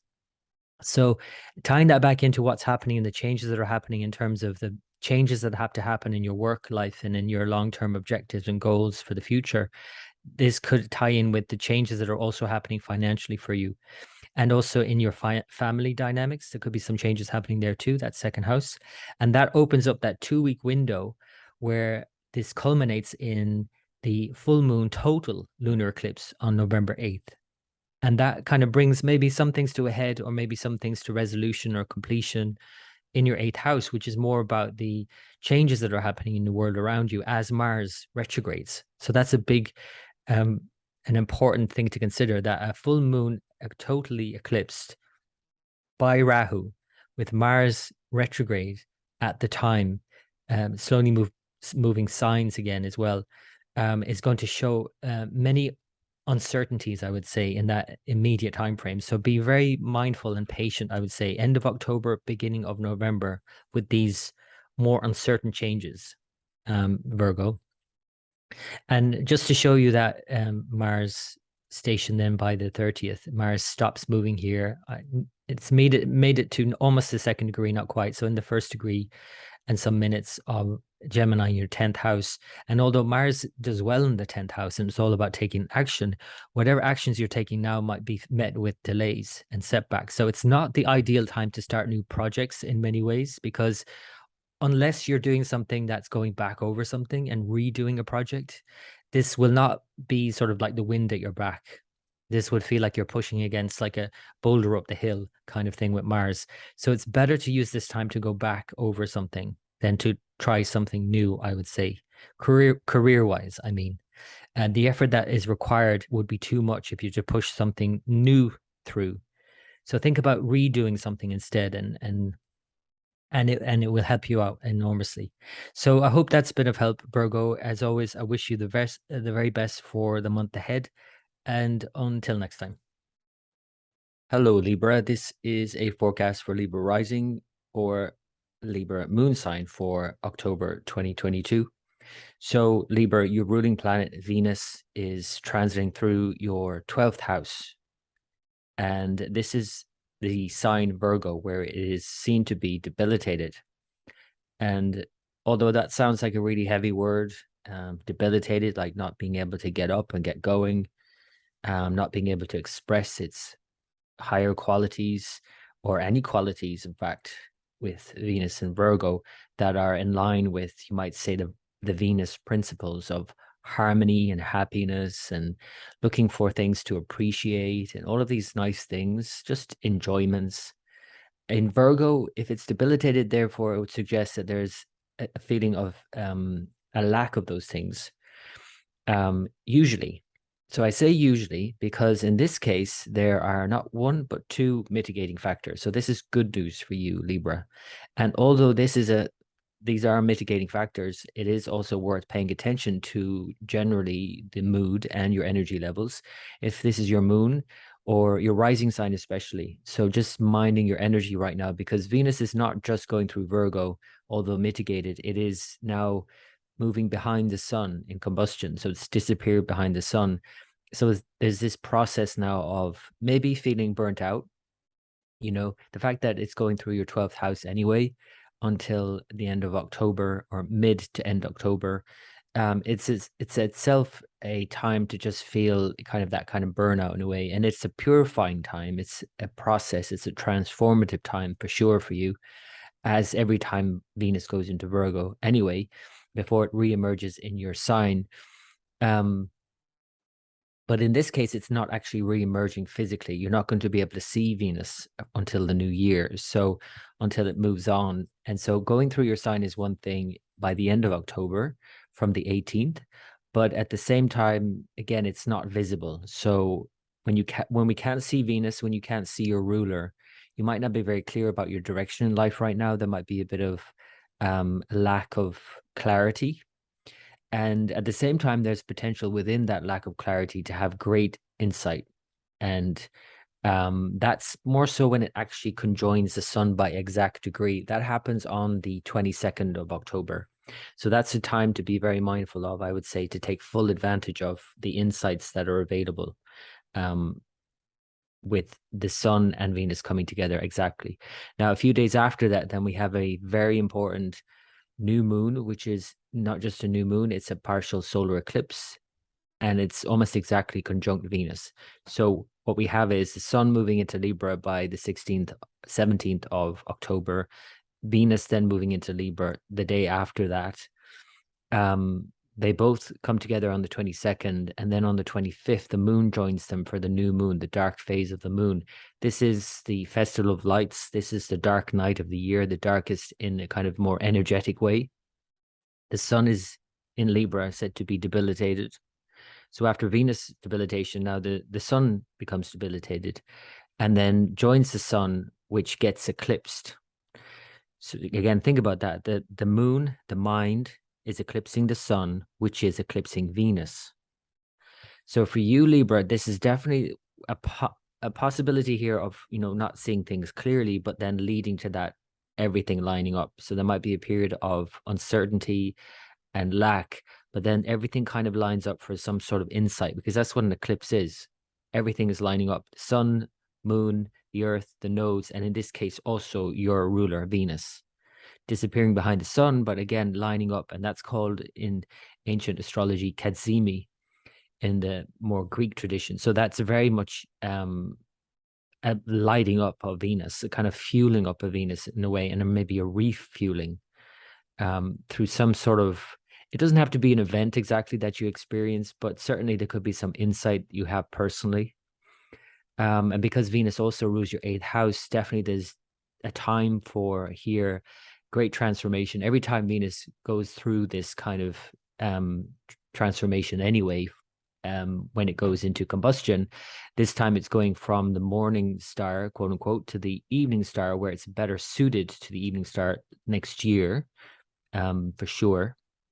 But every time it does that for you, Libra, you're going through a transformation of some kind, because it's your 1st and 8th lord. 8th house is all about transformation and transforming trauma more than anything. But then in the new year, like I said, it's going to reappear, and it's going to reappear in the evening skies before sunset, and that will be a better guise for Venus. Venus prefers that one than the daylight. Venus activities also prefer the evening time, and the evening time for Venus is that time slot between 6 and 9 p.m. It's always the best time of day for Venus. So to enjoy the kind of evening time and some sort of leisure activity or dinner with your partner or friends or whatever, it's always about enjoyment. So it's better off next year for sure. So, but there's a process going on here for sure at this time. Now, of course, because it's the first and eighth lord, then it's also about eighth house always brings in finances, financial issues, always brings out issues of value and other people's resources, your partner's resources, your partner's family.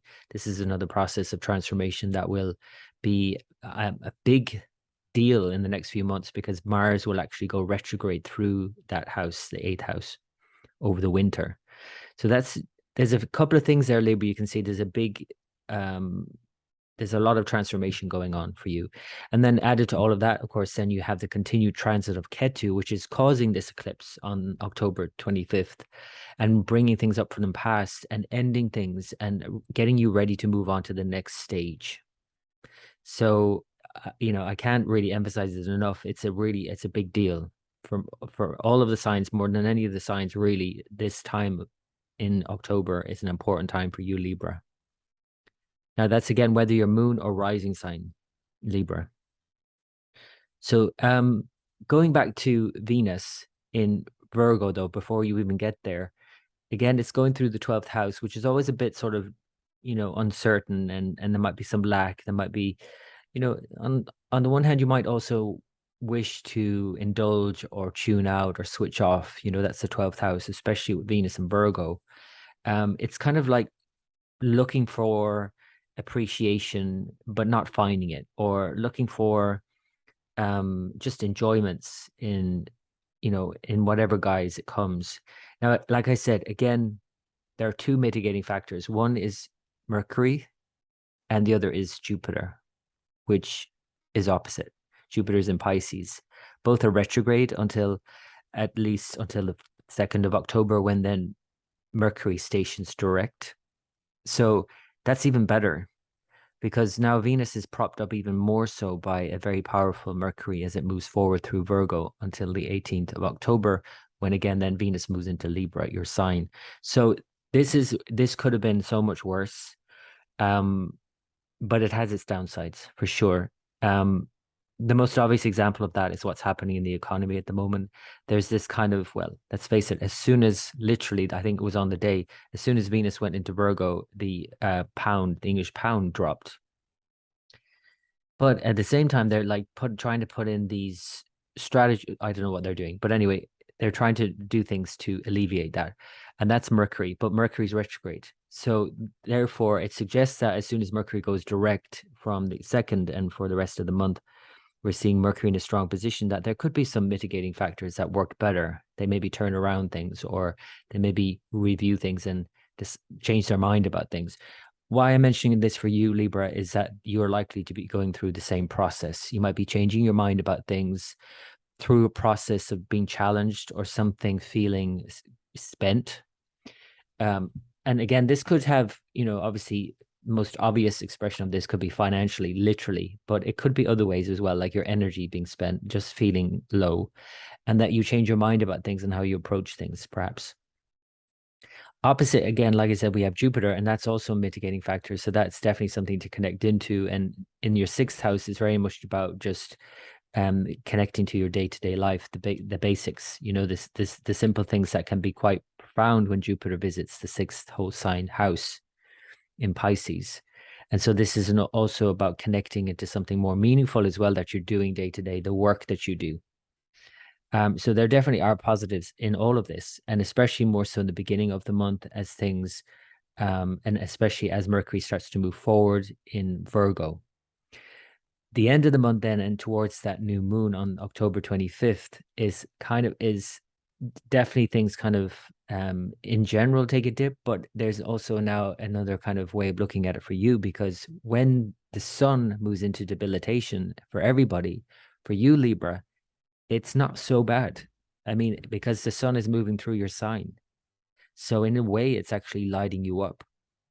And every time the sun moves through your rising sign at this time of year, from mid-October to mid-November, this is a time to recharge yourself after all of this drainage, after all of this energy drainage, or maybe even financial drainage. It's about you charging up again. So, if you think about money as energy as well, that's another thing to think about, is that, because the sun is your 11th house lord, by the way.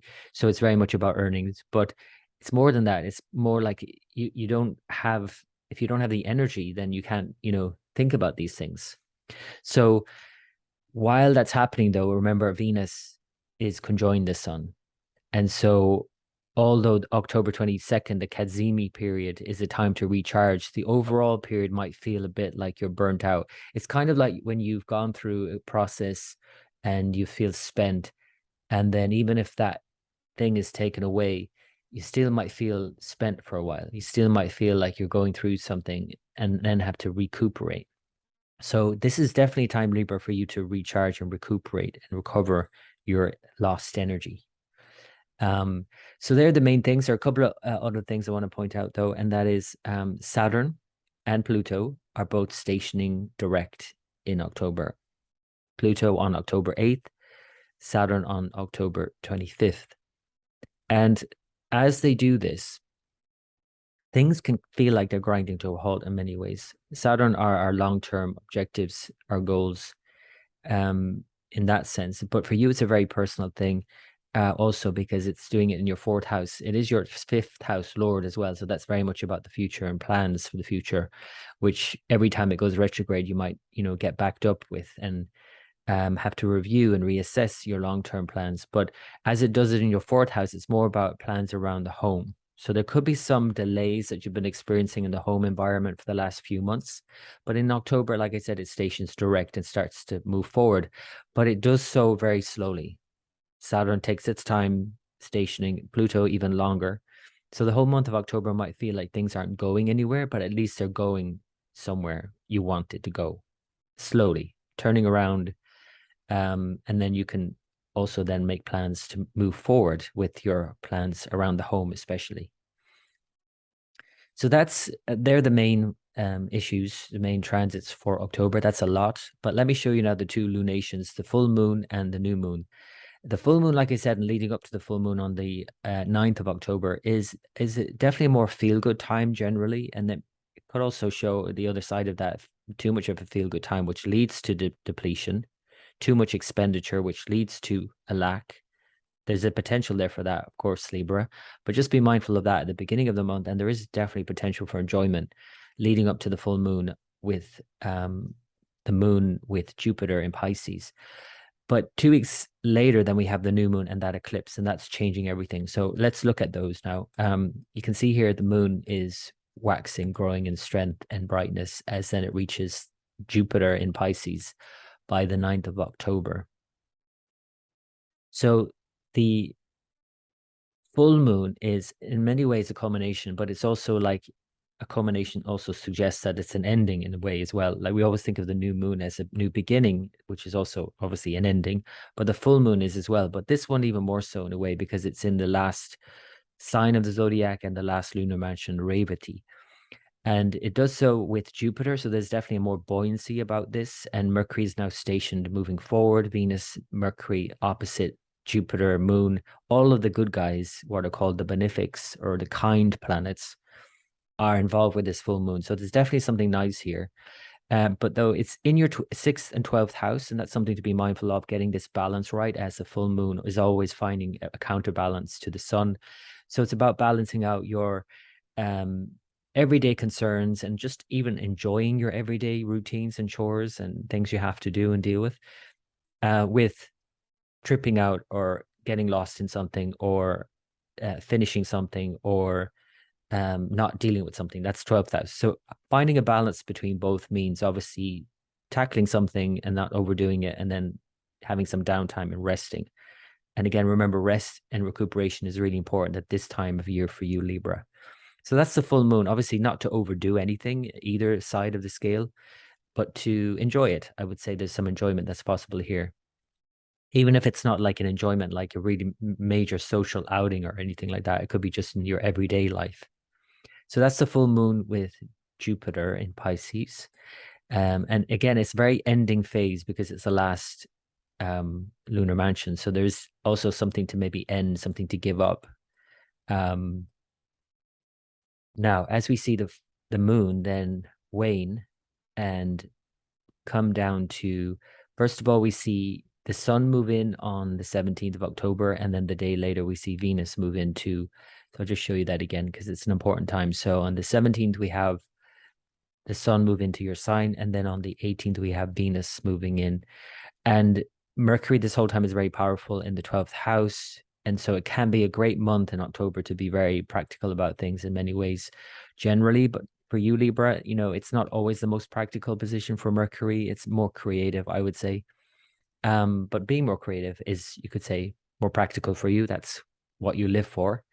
Um, but then again, like the sun and then Venus both move straight into Libra. So your Venus, therefore, is gone from, let me back up again, just a couple of days, from the 16th of October to the 18th in 2 days. It's gone from its exact degree of debilitation to your sign, where it's more, it's just in a strong position.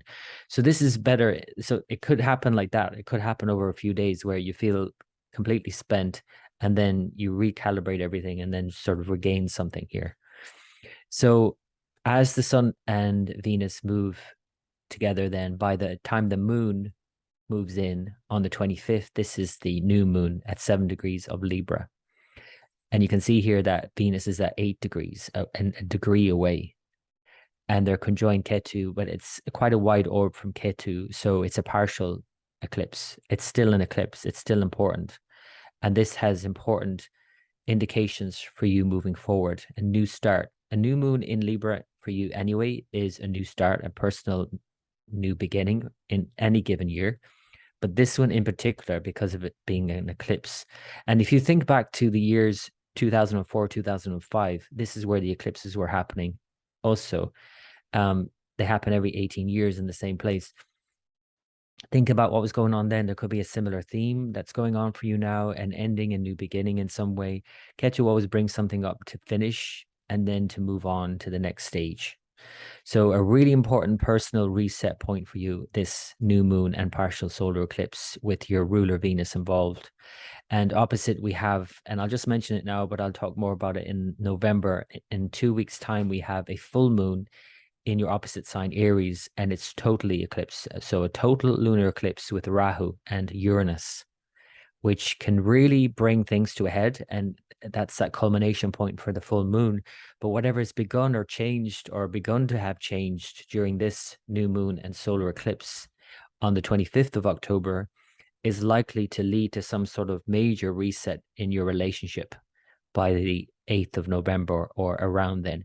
And it probably will be more so immediate in terms of November eclipse on the 8th of November. There might be some major reset that's going on for you then, where it might not be obvious during this October eclipse on October 25th.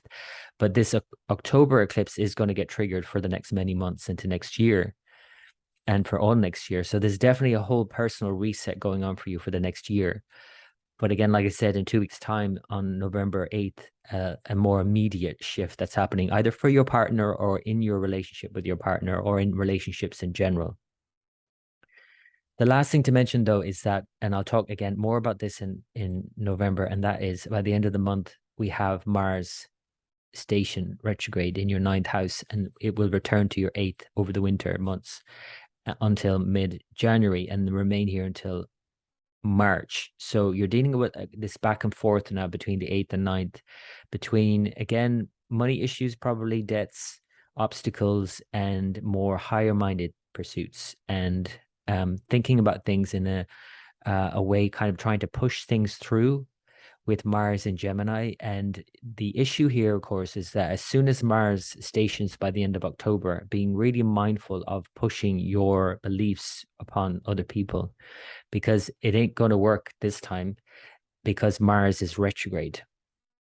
This is an issue here because everyone experiences Mars retrograde in their own way, but you'll experience it in terms of maybe not being able to express that opinion, maybe not being able to even express it, but even if you do, then it's not received well. So this is something to be mindful of, because Mars retrograde is causing setbacks in terms of these more higher minded pursuits and belief systems and guiding principles that you hold. So that then leads to this kind of whole recalibration again itself, as Mars then returns to Taurus in November, which I'll talk more about next month. And that's a whole recalibration, reassessment of, how you approach anything, how you deal with setbacks, how do you deal with obstacles, how do you overcome those obstacles if there are no clear paths forward in any external kind of way. How do you deal with it internally? That's Mars retrograde in the 8th house. How do you overcome trauma? How do you overcome anything? How do you overcome problems and deal with your issues? This is Mars in the coming months, over the winter months. And financially, that would be a big issue as well, because of Mars in the 8th house. But just in every which way, how do you overcome issues? So again, I'll talk more about that in November. A lot going on in October. So that's why I thought it necessary to kind of give you a sort of heads up for November as well, because this kind of bleeds into November, which I'll talk about in the next forecast. So Libra, I hope you found that helpful. As always, I wish you the very best for the month ahead, and until next time. Hello, Scorpio. This is a forecast for Scorpio rising and or moon sign for October 2022. So Scorpio, your ruling planet Mars, one of your ruling planets, Mars, is moving through Taurus, finishing out its transit by mid-October, and then will step briefly into Gemini on October 15th, but only until November 13th, so just for a month, because it will station by the end of October, October 30th, in Gemini. And so barely making it into Gemini, returning back into Taurus, there's this back and forth between your 7th and 8th whole sign house. So 7th and 8th houses are very much to do with other people, your relationships, other people's values also. Your intimacy with your partner is a big part of that, 7th and 8th house. You're dealing with any kind of financial issues with your partner and renegotiating some of these terms and conditions, shall we say. Mars stationing is always something to keep an eye on, because obviously it's your ruler, whether it's your rising sign or your moon sign, that has obviously a separate feel in a way. For example, the moon is very much how you feel. It's more about emotions and what you want and what you think you want also.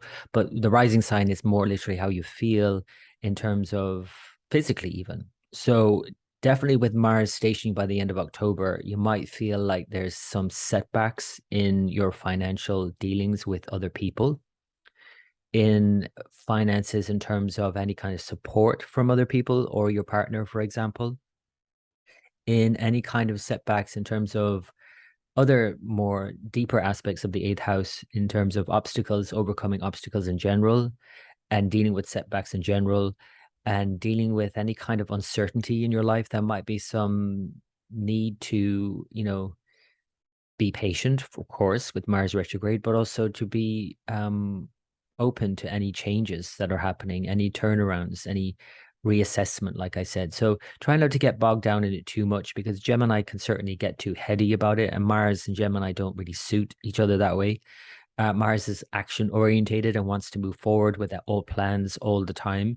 And you can't always move forward with plans all the time. There always is some red tape, and especially when Mars is involved with Mercury signs. So in this case, Gemini means that you are going to have to deal with some sort of setback. I mean, um, there's no way around it in a way. But again, there is, in another way, you could say there is a way around it. And in fact, you have to go around it a different way. You have to approach it differently and think about it differently. Try not to attack it, and try and push things forward as before they're ready to move forward, because Mars won't actually move forward through Gemini until March. So whatever you've been dealing with by the end of October into November won't actually get fully resolved until March.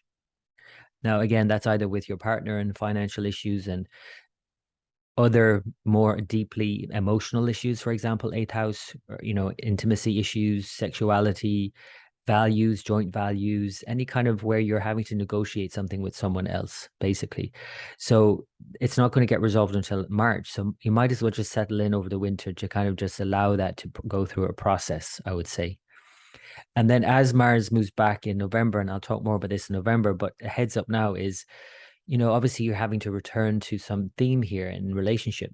And with a relationship, now, does it mean you're going to meet, a partner that you used to be in a relationship with? No, not necessarily, but that could happen. It's more that you're rethinking and reassessing and approaching your relationship differently.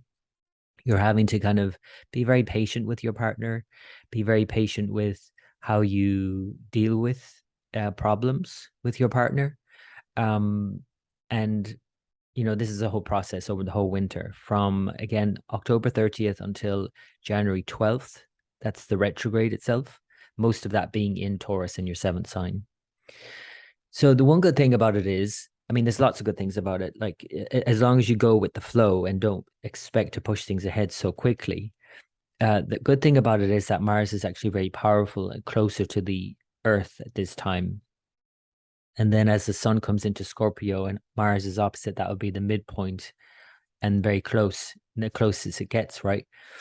So in another way, it's very powerful. It's just that it doesn't have an obvious outlet, a way to express it. So if you're not used to that, if you're not born with Mars retrograde, it might be difficult to kind of express it. You might bite your lip, you might hold back so much to the point where it builds up into this uncomfortable mess internally, like beating yourself up or something.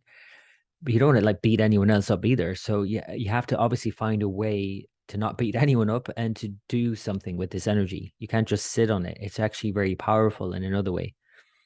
And so working with your partner, maybe having that conversation with your partner, not being frustrated or annoyed or impatient, but work with your partner or work with other people and use the energy combined to kind of work through these issues, because it is just over this winter. It's not going to last forever. So it's just one winter where you have to deal with these issues. And so, any problems that you have to deal with, consider finding more balance between the problems you take on and what problems you give your partner or deal with your partner, and the problems you can deal with your own partner's problems as well. How much you can take on and how much they can take on and all of that. It's kind of a whole balancing act when Mars is retrograde. And sometimes it can go out of balance and you can be too extreme on one side or the other, not dealing with things and then completely frustrated and blowing your top. Obviously, there's a middle path that you can just do enough and then allow them to take on some of the slack. So this is a big theme moving forward. That's the main thing I want to say about October. There are lots of other things going on though, Scorpio. The other thing is your other ruler, Ketu, continues to move through your 12th house and it joins the sun and moon for the new moon on October 25th, which is a really important new moon. It's a partial solar eclipse. This is a really important reset point. If you think back to the years 2004, 2005, this is where this occurred last time in this way, this time with Venus involved. And it's very much about you reassessing, again, relationship issues. So if we add now this eclipse into the Mars retrograde over the longer period, there's a whole sort of renegotiation that has to happen, either again in your kind of finances and expenditure and debts and things like that, or dealing with money from your partner and all of that. It's 8th house, 12th house stuff. But again, it's your partner involved here. It's Venus. So there might have to be some negotiating to do here in terms of how much you're spending together, for example, how much you're, and even not just literally money, could be how much energy are you spending on your partner. Sexuality could definitely be a big part of this configuration here because of the 8th and 12th houses and the 6th lord involved and your first lord and all of that in the 12th house. How do you spend energy? All of those things. 12th house is also about sleep. So how do you recuperate? How do you let go and rest and fully digest and return to a sort of a more energized state of being? This could be another big theme starting off for this new moon and this eclipse leading to that Mars retrograde. So it's kind of this give and take that's going on, I would say, Scorpio, and this need to kind of really use this time to channel your energy to focus on these important issues moving forward. So there are other things going on, though, lots of other things going on, some very positive things going on, more so the beginning of the month. And then by the end of the month, it shifts to that new moon and eclipse where things could take a dive in a way. Now, when I say dive, more obvious things are happening in the world, like financially, all of that. But again, think about money as energy and energy taking a dip, and especially around the new moon, the dark moon, where the sun is eclipsed and debilitated in Libra, your 12th sign. So how do you spend energy? All of that. Sun for you is the more important 10th lord. So the actions you're taking are important, and how you reset all of that, and the work you do, and maybe not being recognized for the work you do or acknowledged, or maybe just not wanting to work. These kinds of things could be propping up here by the end of October. Again, though, starting out in a more positive note. And that's because, first of all, we have, although Venus is in Virgo, and this is where you might be very critical of your friends and people you associate with, and also your ambitions in life. You're really reassessing all of that at the moment. But this is definitely propped up by a couple of things. So 11th house is also earnings. And so there's definitely some sort of sense of it's not quite right now with Venus. But there are two things propping this up. One is Mercury and one is Jupiter opposite. So these are actually a lot more positive. And when I show you the full moon on the 9th of October, that whole period leading up to the full moon on the 9th is a lot more positive overall. So there's definitely many mitigating factors for this Venus. If it weren't for Jupiter and Mercury, this would not feel so good. So there's definitely a potential of feel good here. And more especially after Mercury stations direct on the 2nd. So if I show you that, it will feel better because Mercury now is in a powerful position moving forward to mitigate the weakness of Venus. And so there's definitely enjoyment to be had here. And it's 11th house, so it's definitely friends and social circles and all of that, and your partner and all of that can be enjoyed. Jupiter opposite in the 5th house, again, that's enjoyable. 5th house is like fun and activities and all of that. So if I show you then the full moon on the 9th, this is definitely has the potential for lots of enjoyment. Now, again, the issue with that is remembering that all this then slips into your 12th house, goes from all of that enjoyment and socializing to retreat. All of that, maybe overindulging even, especially around this full moon. I would be very mindful of overindulging on this full moon on the 9th of October. And at the same time, you do have to enjoy it.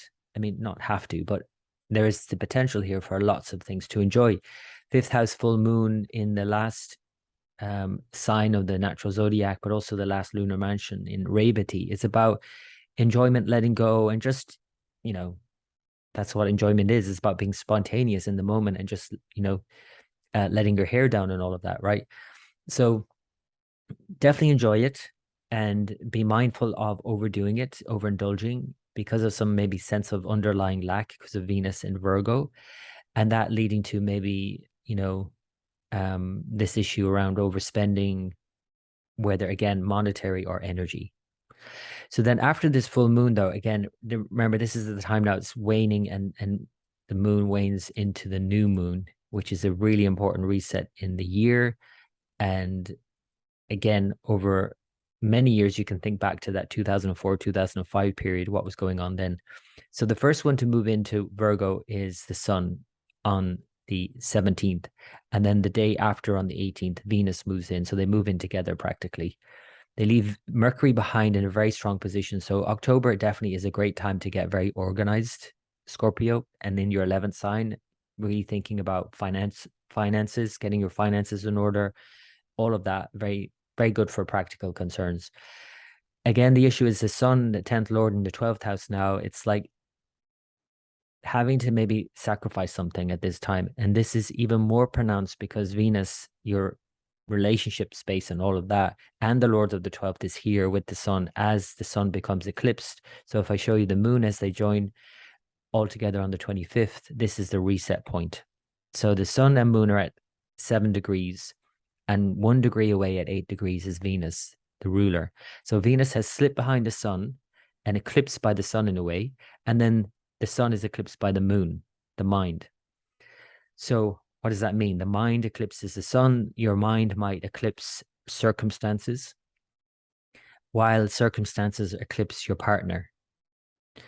What does that mean? Well, basically, you have to have a whole sort of renegotiation going on here and be very open-minded about what's going on and the changes that are happening, the insights that are possible for sure as everything lines up, but also the adjustment that has to be made and the compromise that you have to make, the sacrifice maybe even that you have to make right now for your partner, because it's 12th house, Venus in the 12th house with the sun and the moon. And Ketu on top of that, which is about letting something go and finishing something. And this is, I would say, a very profound time of endings for you, Scorpio. So be mindful of that while also dealing with the practical issues that you have to deal with, as we all do every day, and enjoying yourself too. So you find more balance, and not overly focusing on problems, because in 2 weeks' time, in November, November 8th, we have the full moon and a total lunar eclipse in your sixth sign with Rahu and Uranus.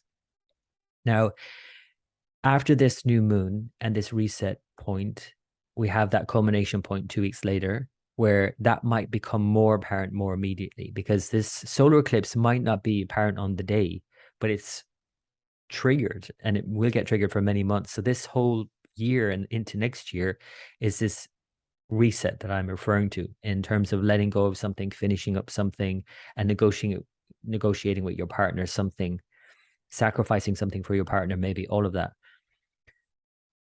But that's like a long-term thing with the solar eclipse. The short term, there is more immediate implications here.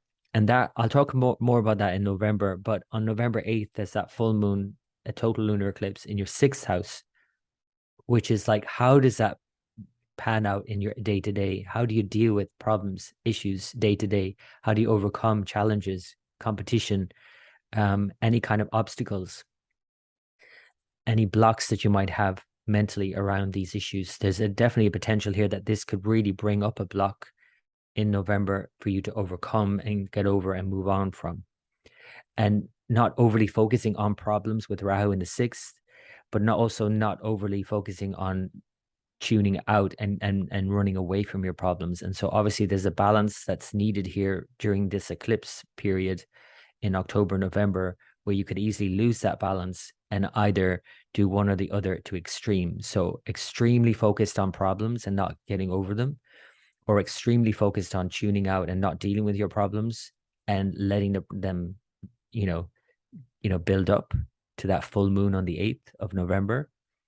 So it's an opportunity here to find more balance in dealing with stuff and then being able to tune out and reset and recharge and recuperate your energy. Because that's really what the sun in the 12th is about, really, more than anything. It's about recharging and resting and recuperating so that you can come back at the problem in more an energized way and deal with it more effectively. So that's a lot. Now, I didn't mention there's a couple of other things going on I want to mention before I finishing out with Mars stationing by the end of the month. We have also, and Mars is stationing a retrograde, member. So that's a whole, like, you're doing really what all the other planets are not, in a way, and you're having to kind of think differently about things when everyone else is starting to when all the other planets start to move forward, including Pluto, Saturn, by November, Jupiter, all this time, Mercury, all of that.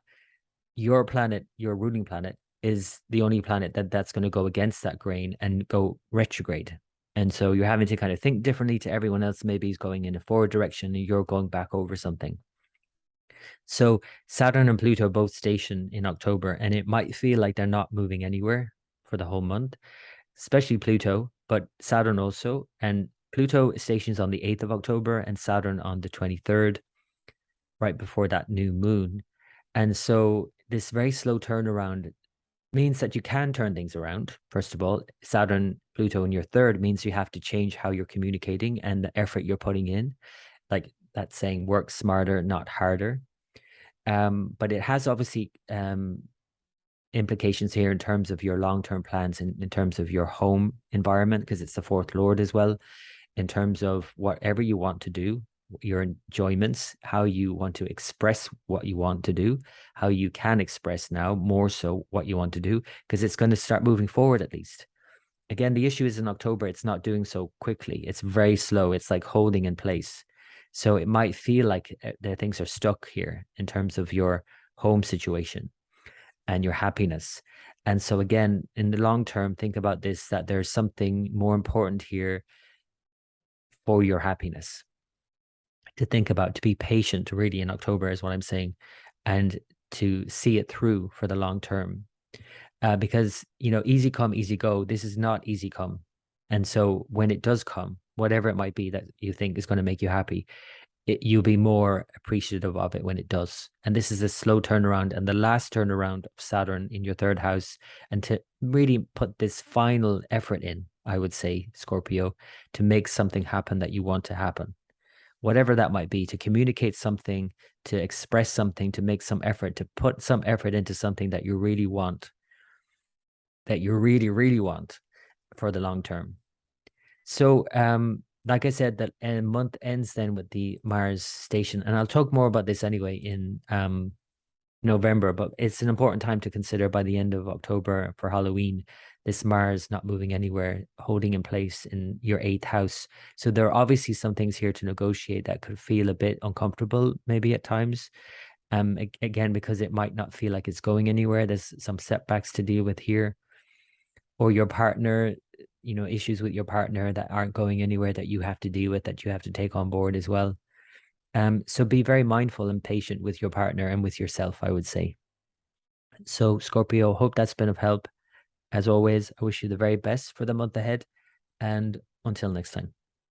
Hello, Sagittarius. This is a forecast for Sagittarius rising and or moon sign for October 2022.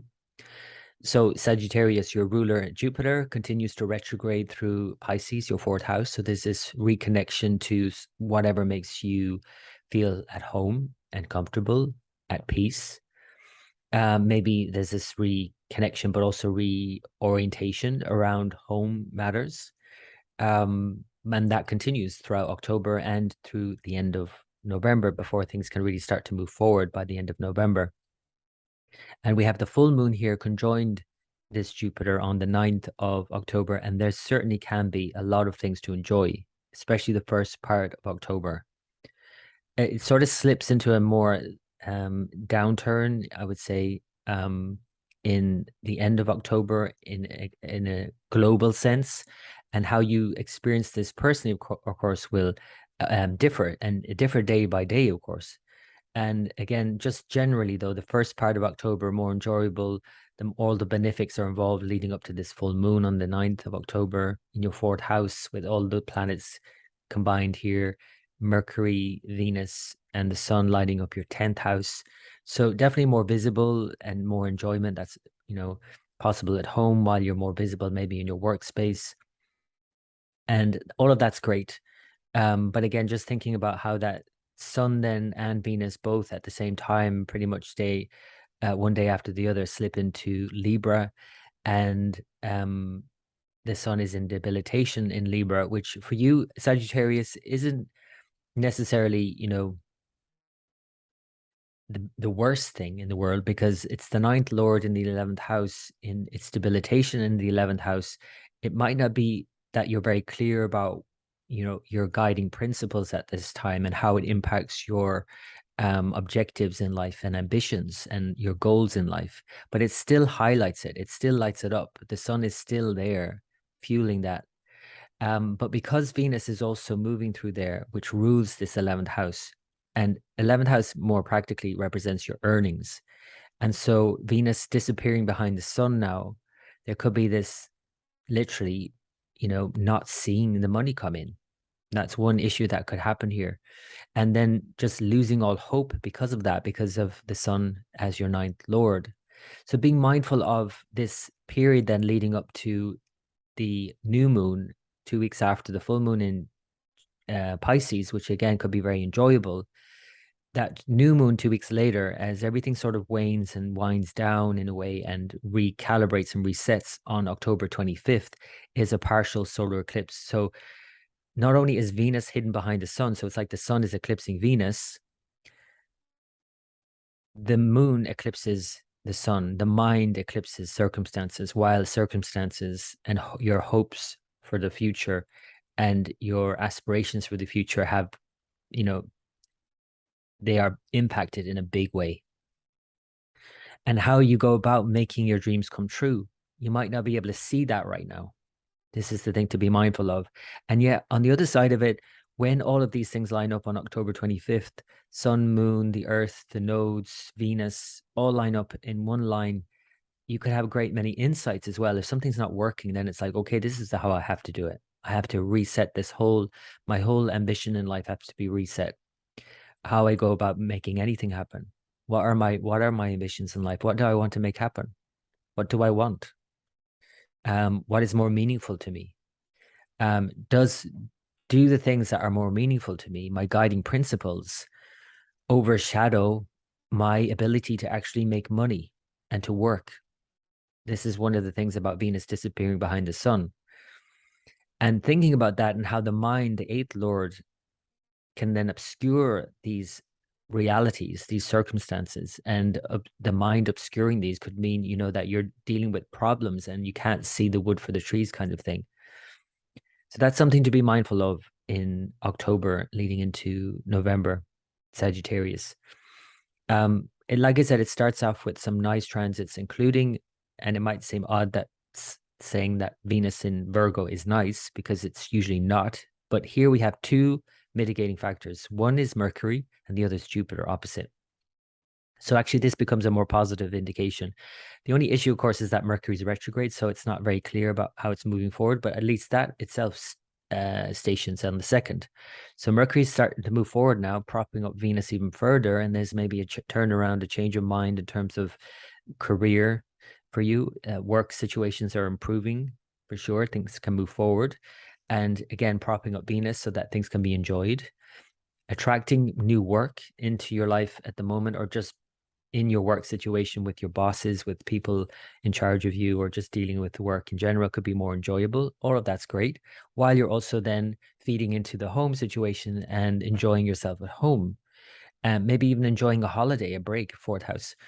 But all of that's great, and especially great leading up to the 9th of October. So I'll show you the full moon on the 9th here. Venus, Mercury, opposite Jupiter, Moon. All of the benefics are called the kind planets are all involved in this full moon. So there's definitely a lot to enjoy here. Again, with everything, there's a balance that's needed, especially for full moon, because the moon is opposite the sun. There's a balance that's needed between work-life balance. So your home life, your private life, enjoying yourself at home versus your responsibilities in the workplace. Obviously, you have to find a balance between those, but also a balance between enjoyment and overdoing that enjoyment and indulging, which is definitely a possibility here during this period. And that then could lead to that sort of having to recalibrate and reassess your principles and your guiding principles and your earnings and your earning capability and the work you're doing day to day. And that happens as we then see the moon wane into the new moon on October 25th. So I'll show you that now. The moon waning as it reaches the sun and Venus. Now, the first to move into Libra is the sun on the 17th of October, and the day after, Venus moves in to Libra. And so that means that Venus is now behind the sun. It's completely combust.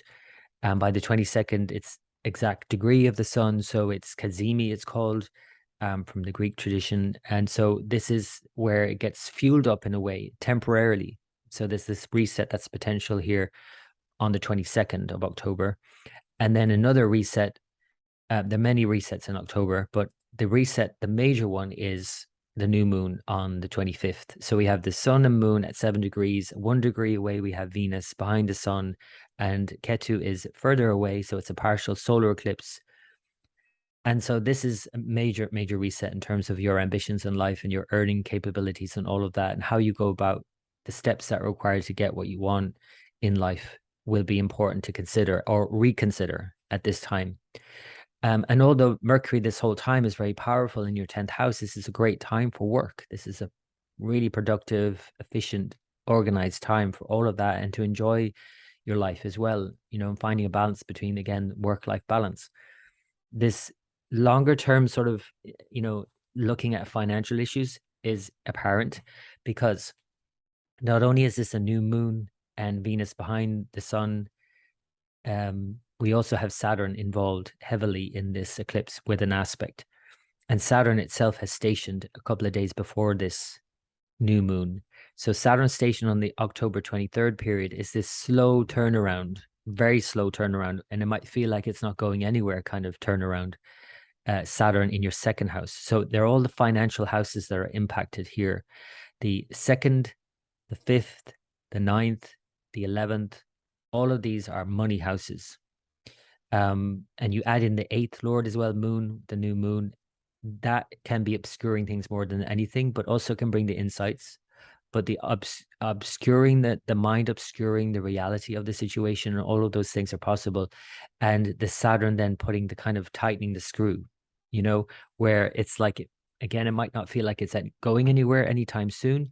And yet it is going somewhere. There is a whole reset happening and a slow turnaround in terms of your finances. That's Saturn in your second house. And this is the last time Saturn is doing this turnaround in your second house. So whatever has been the issue for the last 2 years, whatever you've been dealing with financially, or maybe it's in terms of family matters. And maybe it's also combined family and finances, and this is the last time that you can slowly start to turn things around and slowly move forward with your long-term plans in terms of your financial outlook. And then Saturn will move out eventually by the new year. So this is an important juncture, this new moon on the October 25th period. And because it's an eclipse, it's an important time to consider or reconsider all of these issues. Now, in 2 weeks' time after this, I'll go into this more in the November forecast. But just to mention it now, because we are opening up this eclipse window on October 25th. And although that's opening up a window and in a way closing it again on November 8th for the full moon total lunar eclipse, this solar eclipse on October 25th has the potential to trigger these kinds of changes I've been mentioning over many months with transits into next year, even into the end of next year. So really for the next year, I would say, think about these bigger themes about what are your higher goals in life and ambitions. But in 2 weeks' time, it's probably going to be more immediate on November 8th and that total lunar eclipse in your fifth house. There might be some immediate thing to deal with with your children, if you have children, or your future plans. Again, this is all about planning for the future anyway. And to maybe rethink your plans for the future or their future, if it were children, or a project you're working on, or some creative outlet you have, whatever it is, in terms of anything that you want to plan for the future. The full moon on November 8th and the total lunar eclipse suggests that there's a need to, in the more immediate time frame, change your view of it. And it might be quite intense with a full moon eclipse by Rahu and Uranus close by. So there's definitely a major shakeup. I think that's going to happen again, either in your finances or in your plans, your future endeavors. And this is the sort of turnaround. And it's in a way an exciting one into November. But in October, it's a slow sort of process and transformation that you're going through, while Venus again disappears behind the sun and the sun is eclipsed and Saturn looks on in its slow turnaround. A lot of things are shifting, and like the sand beneath your feet are moving around at this point.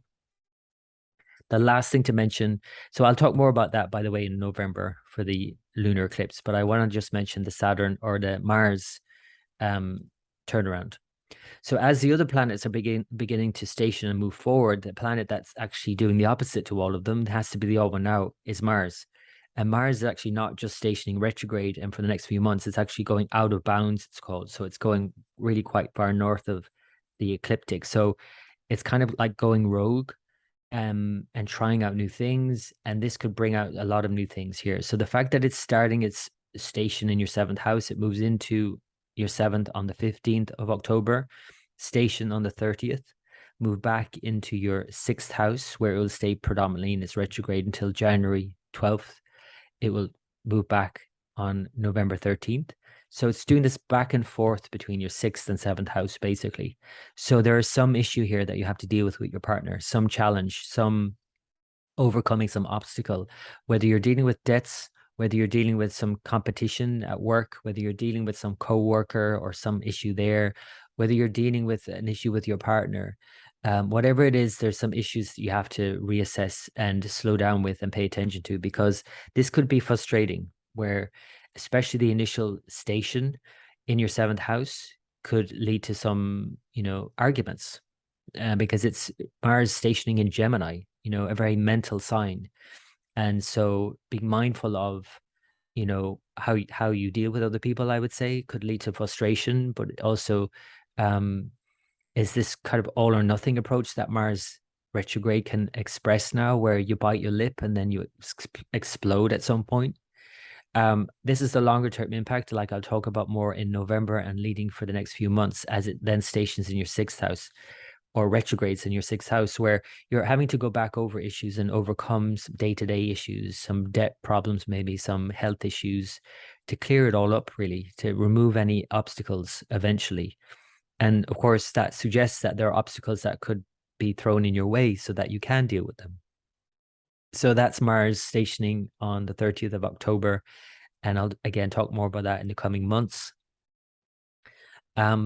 But otherwise, remember that it's the beginning of the month is more enjoyable, leading up to that full moon and that whole kind of reset, recalibration, and reorganization of things by the end of the month.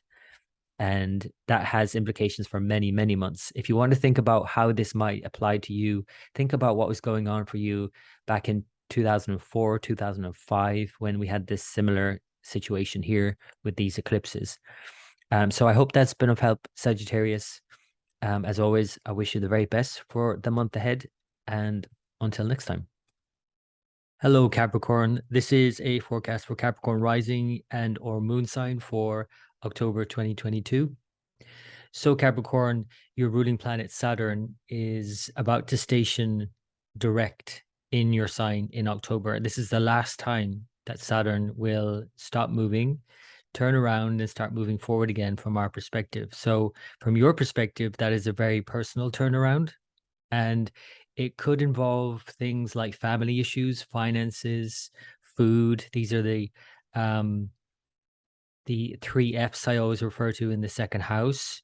Family, finances, and food. But it could also then impact on you very personally in terms of your own well-being, your own sense of self. If this is your rising sign, especially, even with moon sign, and maybe more especially with moon sign, your emotional well-being. And because this is now in a direct conflict, or at least contrast, to Uranus in Aries in your fourth house, the home, there could be something that you're having to deal with and wrap up and finalize, with Saturn now finishing its retrograde in your first house as this new thing is being born in your fourth house in the home. So whether that's actually moving home or altering your home, or redecorating your home, or changes that are happening in your home, this again could feel contrasted. So this is thing pulling you back to something you thought you were finished with, and then dealing with that, and then again slowly moving forward. Now the issue is in October is that it's very, very slowly moving forward. It's not actually moving at all in October. Saturn stations on October 23rd, but really for most of the month it feels like it's not moving at all. And because it's not moving at all in a square to Uranus, this could feel quite tense, dealing with those issues, whether again it's home issues or just issues in the home. But again, the fact that Saturn is stationing direct and moving forward is good news ultimately, because it's going to move forward and it's going to move out of your sign as strong as it has been in the last 2 years. It might have felt restrictive in some way. It might have impacted you, especially in some way, in some personal way. But now it's moving forward and moving on into your second house, the area of family, finances, and food in the new year. So that's Saturn in October 2023. Pluto is also stationing direct, slowly, even slower than Saturn, stationing and slowly moving forward from October 8th. And this is a longer term impact over the next 20 years. So Capricorn, this is a slower process that you're undergoing, a transformation within, a very deep and utter transformation. Because it's so slow, it will make you change so many fundamental things about yourself and who you think you are. what you stand for and what's important to you as you go through this process. So you are going through such change right now, Capricorn, and that's ultimately a positive thing. But just again to be mindful of how that impacts other people, family members and such, and people at home, and the new strides forward that you're making in home, the changes that are being made in your home, whether you are on board with those or not. There are other things going on in October, so let's look at those. One of the other things that's going on is that we have this full moon in Pisces, opposite Venus and Mercury, which will be direct at that time on October 9th. And the moon will join Jupiter. And the moon joining Jupiter is in a very nice position, a very enjoyable position on the 9th of October. This could be quite enjoyable. In fact, maybe too enjoyable. And this may be one of the downsides of this full moon with Jupiter, and that maybe just overindulging could then lead to sort of a need to, pay the price, as it were. So obviously, financially, that could be the obvious expression of that, but it could also be just energetically if you overdo it at this time. And it's not that you shouldn't enjoy this; absolutely, you should have some maybe social time, have some interactions with people, enjoy some traveling. This is what's indicated in the third and ninth houses. But again, it's the potential for overindulgence that could lead to problems. So you have Moon, Jupiter on one side, and Venus, Mercury on the other, and all the benefics involved in this full moon. So really quite enjoyable. The issue, of course, here is Venus is in Virgo, although propped up by Mercury and Jupiter. Again, the tendency to maybe overindulge would lead to problems, as then these planets, the Sun and Venus, and later on Mercury, all move into Libra for the end of the month and a new moon. So I'm going to talk about the new moon on October 25th as one of the most important times really in even in the year, and leading up to a full moon on November 8th in Aries, which is a total lunar eclipse. So this 2-week window of eclipse from end of October to the beginning of November is a really important time of change. And for you, Capricorn, this is happening as it will next year. The eclipses continue to happen in your 4th and your 10th house. So this is very much about changes that are happening in your home and your work, and anything you're doing at all, in the direction your life is taking, because all of these big houses are being impacted in your chart right now, with Saturn in the first turning around, with the nodes in your 4th and 10th, with all the planets moving into your 10th. First, 4th, and 10th is like, your bedrock, your home, your career, the actions you take in life, the direction you take in life. All of these get really strongly impacted. And because the moon obviously gets involved as your 7th lord, that's being pulled into that equation as well. So relationships, all the major things in your life, all the 4 main pillars of your life, yourself, your home, your relationships, your career, start to go into a spin, start to change, start to, like the sands under your feet, start to shift. And so there's changes afoot here, changes that have to happen. So this is the full moon, like I said, but after this full moon, we're heading now into the waning cycle. And as we come down to the October 25th period, first of all, we have the sun move in on the 17th of October into Libra. Then we have Venus the day after on the 18th. And then we have the moon join them on the 25th. So this is the new moon. This is a really important time. Now, the new moon at 7 degrees of Libra, with Venus 1 degree away at 8 degrees, and Ketu further away, so it's a partial solar eclipse, but still all within one sign, is showing a major reset in your career and in your public life more so. So what are you seen to be doing? And how are you seen also by other people, you might say? And this could show major changes. And then again, leading to that total lunar eclipse in a couple of weeks, and the more immediate changes that might be happening in your home environment, which actually might happen more immediately than the changes that are happening in your career. Because the changes that are happening here in Libra with this new moon it's just like a seed that's planted here that bring more change over the next year as the planets transit here, this 7 degree mark. But it still could bring in some changes as well, or even just a change of how you view this part of your life, your direction in life in general. And because Saturn, again, is squaring both of the nodes here in your 4th and 10th house, your very public and very private life spaces, you're very involved in this whole process. So there's definitely a lot of changes going on for you in very prominent areas of your life in October, Capricorn. So this reset on the 25th of October, like I said, is a really important one, but we've got yet another reset that's going on. Mercury itself moves in the day after on the 26th and then joins all of these planets now all piled into your 10th house. So that's really focusing on career, on work. But what happens at the end then is that Saturn has moved direct, remember, on October 23rd. But what do we have? We have Mars on October 30th stationing retrograde. So while the other planets, including Mercury from the beginning of the month, and then Saturn, Pluto, and then Saturn, and next month in November we'll have Jupiter and so on, we have Mars doing the opposite to all of those planets, and Mars stopping moving forward and slowly stationing in Gemini. So it'll initially move into Gemini on October 15th. It will station on October 30th and move back into Taurus in November on November 13th. So this back and forth between your 5th and 6th signs, the houses, represents this back and forth between what you would love to do and how you can go about doing it.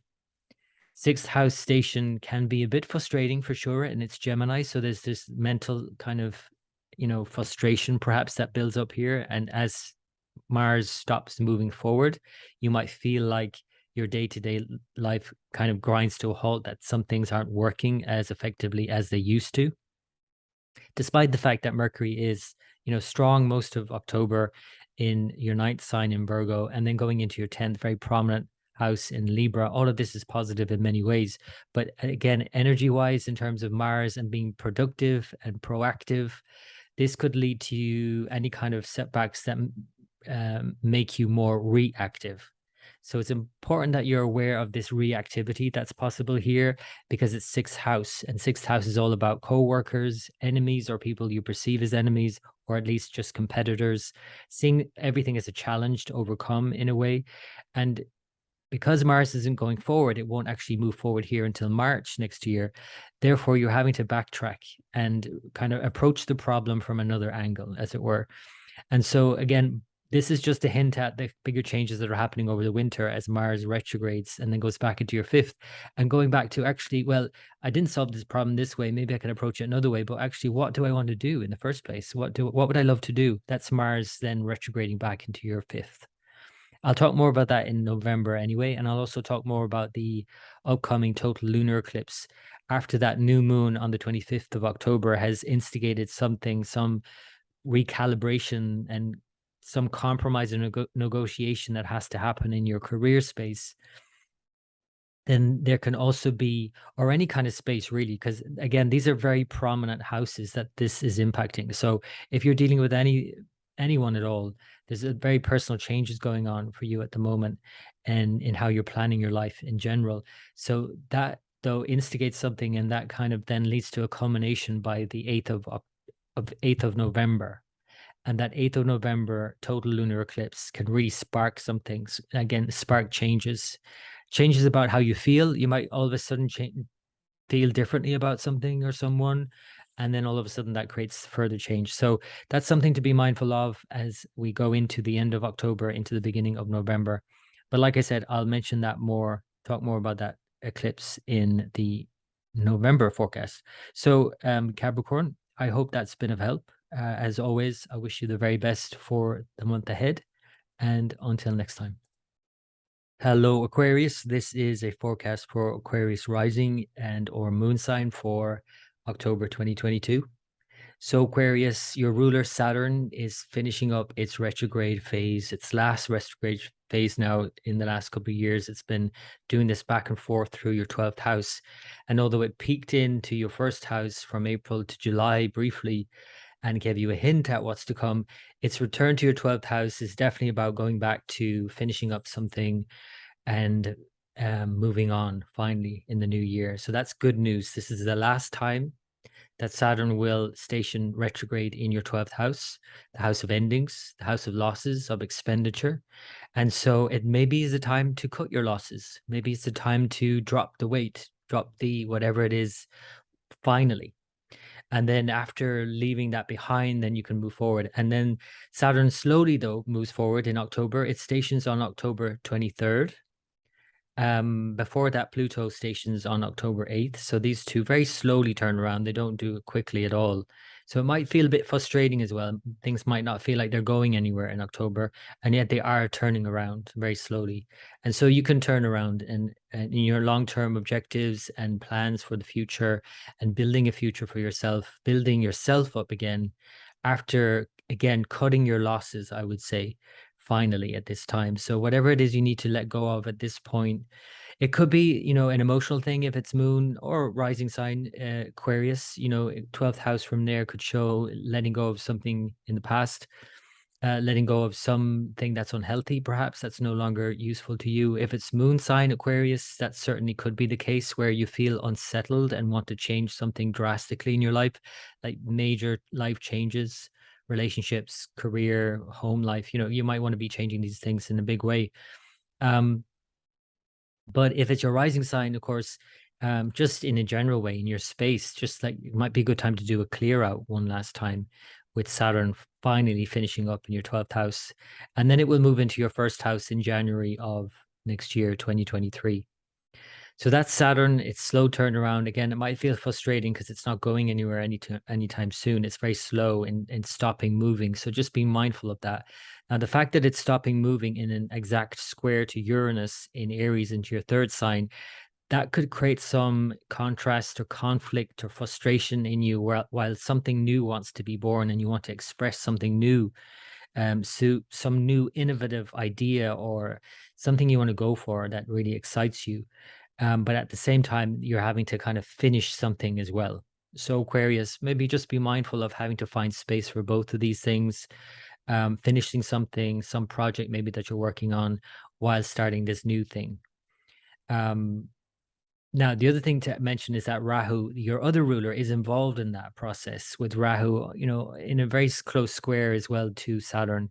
So both your rulers in this relationship can be, like one thing is very exciting again, but one thing is kind of like pulling you back in and getting you to finish it out, whatever it is. And you just might not want to finish it, but you need to be able to whether cut your losses and finish it that way or actually finish a project and complete it and move it forward and cut out that expense if that is holding you back or whatever. All of those issues can be really highlighted in October because of this square. So apart from that, I mean, there are other things going on. Apart from that, the month actually begins out in quite a nice way in many ways because Jupiter is opposed Venus, exact degree, on the 1st of October. Mercury is going to station on the 2nd. I show you that here. So that is going to be a strong Mercury moving forward now and propping up Venus with Jupiter opposite propping up Venus. And so all of that could be really enjoyable. The issue here is maybe over enjoying yourself, over indulging yourself. I don't know if you can over enjoy. I mean, you can, but certainly overindulgence because we're talking about 2nd and 8th houses here. So food and sex, maybe, I don't know, or any kind of indulgence monetary wise in terms of spending, thinking about money, thinking about your partner's money as well as your own money, how you combine your resources to do things, to enjoy things. There could be some issues here of overdoing it for sure that lead to issues then later on. So just being mindful of that, I would say. If I bring it forward now, I'll show you the moon phases. We got the full moon on October 9th, which is, I think, an enjoyable one. The potential for that is certainly there. Again, maybe too enjoyable, like I said.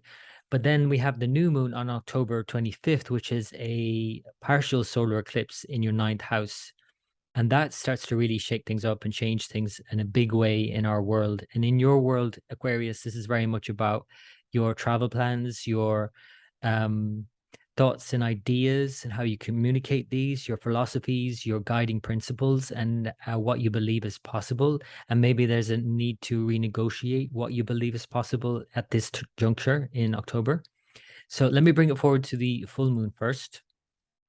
This is a full moon on the 9th of October in the sign Pisces in Revati, the last lunar mansion. So there's definitely a theme of endings in a way here as well, and it's a culmination point itself, a full moon. So you have the moon opposite the sun. Obviously, the sun is in your 8th, the moon in your 2nd. This is about finances for sure, finding a balance, not just with finances with you and your partner, but also your values. What joint values do you hold, and how do you balance not just your partners, but other people's values with your own values? So family dynamics and maybe in-laws and all of that, your own family versus in-laws, all of these issues can really be stirred up during this full moon, but it also could be enjoyable, like I said, and maybe an indulgent time. So be mindful of that financially or in terms of health-wise, eating too many nice things or whatever it might be. It could lead to kind of overindulgence. And then a couple of weeks later, we have the moon then move into your 9th. So let me show you this as the moon wanes all the way down to the end. Now, first I want to show you the sun on the 17th moves into Libra. Then the day after, Venus moves into Libra. The sun is debilitated in Libra. It's propped up somewhat by Venus, but Venus itself is hidden behind the sun or combust. So there are some issues here, certainly, but there can be some mitigating factors for sure. And Mercury is strong for most of the month anyway.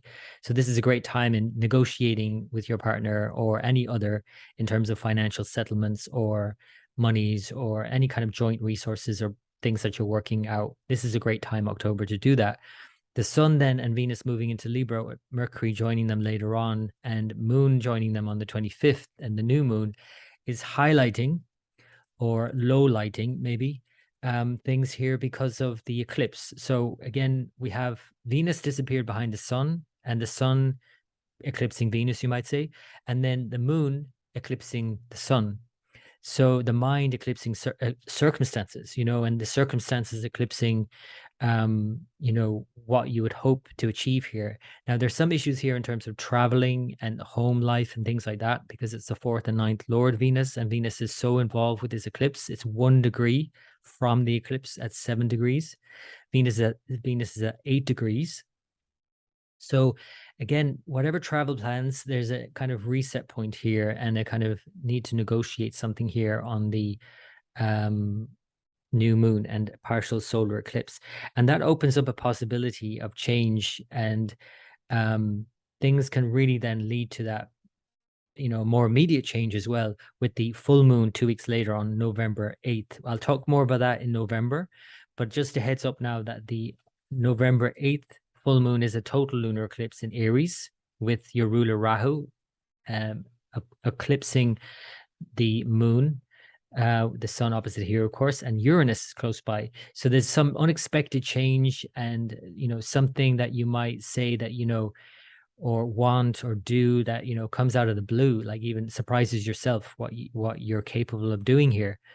And that could be a good thing because it creates some nice, exciting changes. But remember that it's coming from this more fundamental change that's happening within your belief systems and what you believe is possible with that new moon and partial solar eclipse on October 25th. So just be open by the end of October into the beginning of November for this change that's happening in the way you believe things can pan out and how you communicate those changes. And then the last thing to say about October is while your ruler Saturn, let me bring it back to your sign, sorry, your sign moves more quickly than others. So Aquarius and Pisces are faster in this part of the world. So let's bring it forward so that on the 30th, you can see a bigger change here going on for the longer haul. And that is, although Saturn on the October 23rd is moving forward now, your ruler is moving forward, Mars is stationing retrograde. So Mars initially moves into Gemini, your 5th sign, on October 15th. It will station on October 30th and then move back into Taurus, your 4th house, on November 13th. So this back and forth between your 4th and 5th house, very important houses in your chart, can show some setbacks for sure. There's some changes going on in your home environment for the long haul. Over the winter months, you'll be going through some changes. You might be changing residence or changing something in your home. But the 5th house is like just about peaking in there, but not getting forward anywhere. And then having to go back to the drawing board and go through some changes, personal changes, before Mars returns to your fifth house by March next year. So in other words, it might not be till March next year that you can move forward with plans that you've initially instigated here in October, by the end of October, because of Mars not moving forward. Those plans might go into backtrack. So you might have to experience some setbacks in terms of what plans you'd like to make happen, especially in terms of what you'd like to make happen. Mars is your third and 10th house ruler. It's all about making something happen, working towards some goal. And in the fifth house is about planning for the future. But here again, Mars is retrograde. So try not to get frustrated by the end of October into November and over the winter months as you backtrack and go back to the drawing board in a way, but also go back to your home to kind of figure things out or change something at home, to go into retreat in a way mode. And before you then move forward in the new year, and especially in March, when it goes back into your fifth, then you can start moving forward with those plans finally. So Aquarius, I hope that's been of help. As always, I wish you the very best for the month ahead. And until next time. Hello, Pisces. This is a forecast for Pisces rising and or moon sign for October 2022. So Pisces, Jupiter, your ruler, is currently retrograde, and it's in the middle of its retrograde. And you might have heard this on TV, online, this whole thing about Jupiter being so bright at the moment, so close to the Earth. And that's what it basically means. When Jupiter is opposite the sun, it's in the mid phase of the retrograde cycle, and it's at its brightest, at its closest to Earth. And it just so happens to be closer to Earth than it has been and will be for many, many years. That means that it's very strong in one way, but in another way, it means it's actually not able to express itself moving forward very easily. And so it just creates a kind of, it's almost like if you have a magnifying glass on something and it's kind of like you can see it up close and personal, but it's like you lose perspective on it of it as well. Retrograde planets tend to lose perspective, tend to be all or nothing, tend to swing wildly between all or nothing. So what is that for Jupiter? If Jupiter is hope, then it could be hope and hopelessness. And because Jupiter in Pisces is this kind of dreamy, dreamlike state, daydreaming even, you could trip out into fantasy and daydreaming versus then kind of losing all hope if you've not brought those into a more realistic or real realm.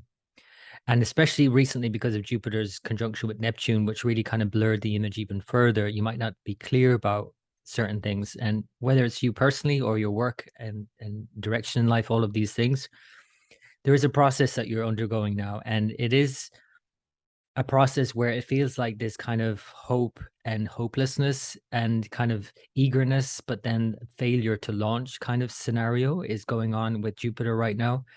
And yet still there is hope. Still there is this strong, not just hope, but faith that you can tap into right now. This is, of course, especially relevant if you're in a Jupiter cycle. But even so, because Jupiter is your ruler, there should be some access there to that with its transit in your first house, either first house rising sign or moon sign. Rising sign more so than moon sign, because although you might think that, okay, Jupiter transiting my moon sign, isn't that good? Jupiter is actually does better in the second from the moon or the fifth or seventh or ninth or 11th, for example. So it's not that it doesn't do good in the moon sign, but it might not always feel very purposeful. This is one of the key things about Jupiter. It's like, is it purposeful and meaningful? And it's meaning and purpose and hope that get us out of bed in the morning. And if you don't feel that, then you don't so easily get out of bed in the morning, even though it might be you're transiting your moon. But if it's your rising sign, certainly this is kind of a great potential here as well.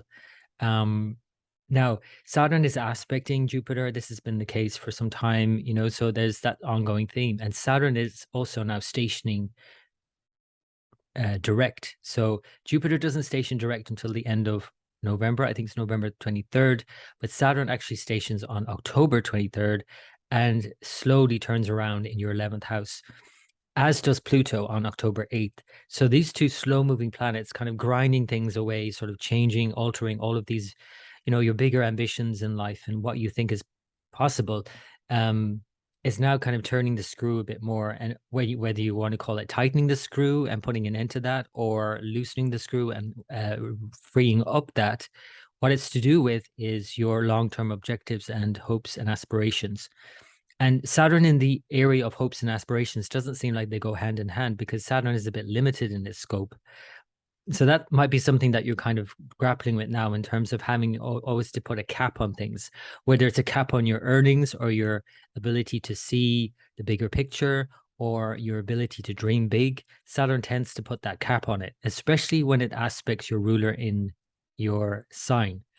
So it's a bit, you can see a bit of a mixed bag, despite the hope that's there, the deep sense of faith in that it will all work out in the end. And it will, of course. But in the more immediate time frame, and in a way, the long time frame, in the next few months and next few weeks at least, this is a kind of slow process of things slowly turning around. It doesn't do it quickly. Saturn slowly moves forward. Jupiter in November slowly moves forward, and then things can then move forward. The other thing to say is that Saturn is in a square to Rahu in your second sign, as well as Uranus in an exact square to Uranus in October. And this might feel a bit tense, because now we're talking about the two money houses in your chart being impacted here, the second and 11th.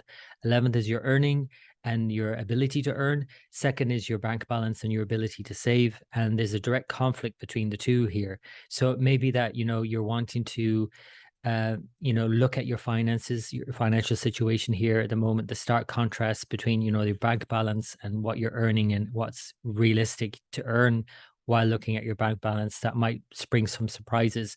This is more especially the case when we lead into November. On November 8th, there's a full moon total lunar eclipse in your second sign, which will possibly instigate or reveal something here in terms of your finances. But it couldn't just be family dynamics. It might not be finances. It could be, I call it always the 3 Fs with the second house: family, food, and finances. So there's some issue here in terms of resources. Anyway, it's about resources, and you're having to be resourceful with Rahu transiting your second house, as again aspecting the square with your 11th house Saturn, thinking about that in terms of being resourceful, but also earning more. I'm hopefully now being able to, turn things around for yourself, basically, in October, as these things turn around. And Saturn's turning around slowly, like I said, and it's kind of turning the screw, but at least it is turning around and moving forward, and plans can move forward. But it's just, you need a lot of patience in October, because it's so slow and because this square. So it might feel like you're stuck between a rock and a hard place in many ways while you're doing this slow turnaround. So just be patient with that, I would say. Now, despite all of that, there's a lot of other nice things going on. And we have the Venus opposite and Mercury opposite in your 7th house right now. In the beginning of October, Venus and Jupiter are exactly opposite. So this could be like almost too much of a good thing, really, but definitely some things to enjoy here. And Venus and Virgo can be sometimes just get down and dirty, basically, and just enjoy the kind of sensual pleasures, and opposite Jupiter can be an overindulgence of those pleasures. Nothing wrong with any of that. Just to understand that it could lead to kind of, needing to pay the price afterwards, as then the planets move into your 8th house from the end of October, from mid to end of October. But Mercury here on the 2nd is going to station direct in your 7th house, and that's more positive in terms of things moving forward, plans moving forward in around your relationship and your home space. That could be more clearly defined now and planned around. And that helps also the mood with Venus. Even though Jupiter continues to retrograde throughout October, things are moving forward in many ways, with Mercury moving forward later on, then Saturn, Pluto, and next month Jupiter. So all of that's very positive. But let me just show you how this all pans out in terms of the moon phases. The first one is the full moon in your sign, Pisces, on October 9th. And then the second one is a new moon and partial solar eclipse on October 25th in your 8th house. And these are key points in the month for everybody. And let's see how it pans out for you more specifically. So this is the full moon on October 9th in your sign, Pisces, in Revati, the last lunar mansion of Pisces, the end of the zodiac. In many ways, this is a culmination point in so many ways with the full moon anyway. And it is an enjoyable one. I do think that there can be a great many enjoyments here, but also indulgences that kind of lead to kind of overdoing it, I would say. And yet still, it's still enjoyable. So Venus, Mercury, opposite Jupiter, Moon, all of these benefic planets are impacting you very personally in your relationships. So that's very positive, ultimately. Again, it's just be mindful of just overindulging. At the same time, it's a full moon, and in a way, it's a culmination, but it's also a letting go. It's like reach the peak and then it's let it go. Reach the peak and let it go every month, the full moon. But then the full moon obviously leads to that letting go process in the couple of weeks after that. So the moon then obviously wanes throughout the next 2 weeks. So let me show you how that pans out. So the first thing to happen, the change is the sun on the 17th of October moves into Libra from your seventh house of relationships, highlighting key relationships in your life, especially romantic partners or business partners, into the eighth house where you're looking at joint resources and the changes that have to happen in your finances, in your joint finances, especially. So I'll talk more about this in a minute, but it's obviously leading to that now and this new moon coming up at the end of the month. The day after the 17th, on October 18th, Venus moves into Libra. So you have Venus now disappeared behind the sun and combust, both moving into Libra, your eighth house. So you're going through this process of transformation.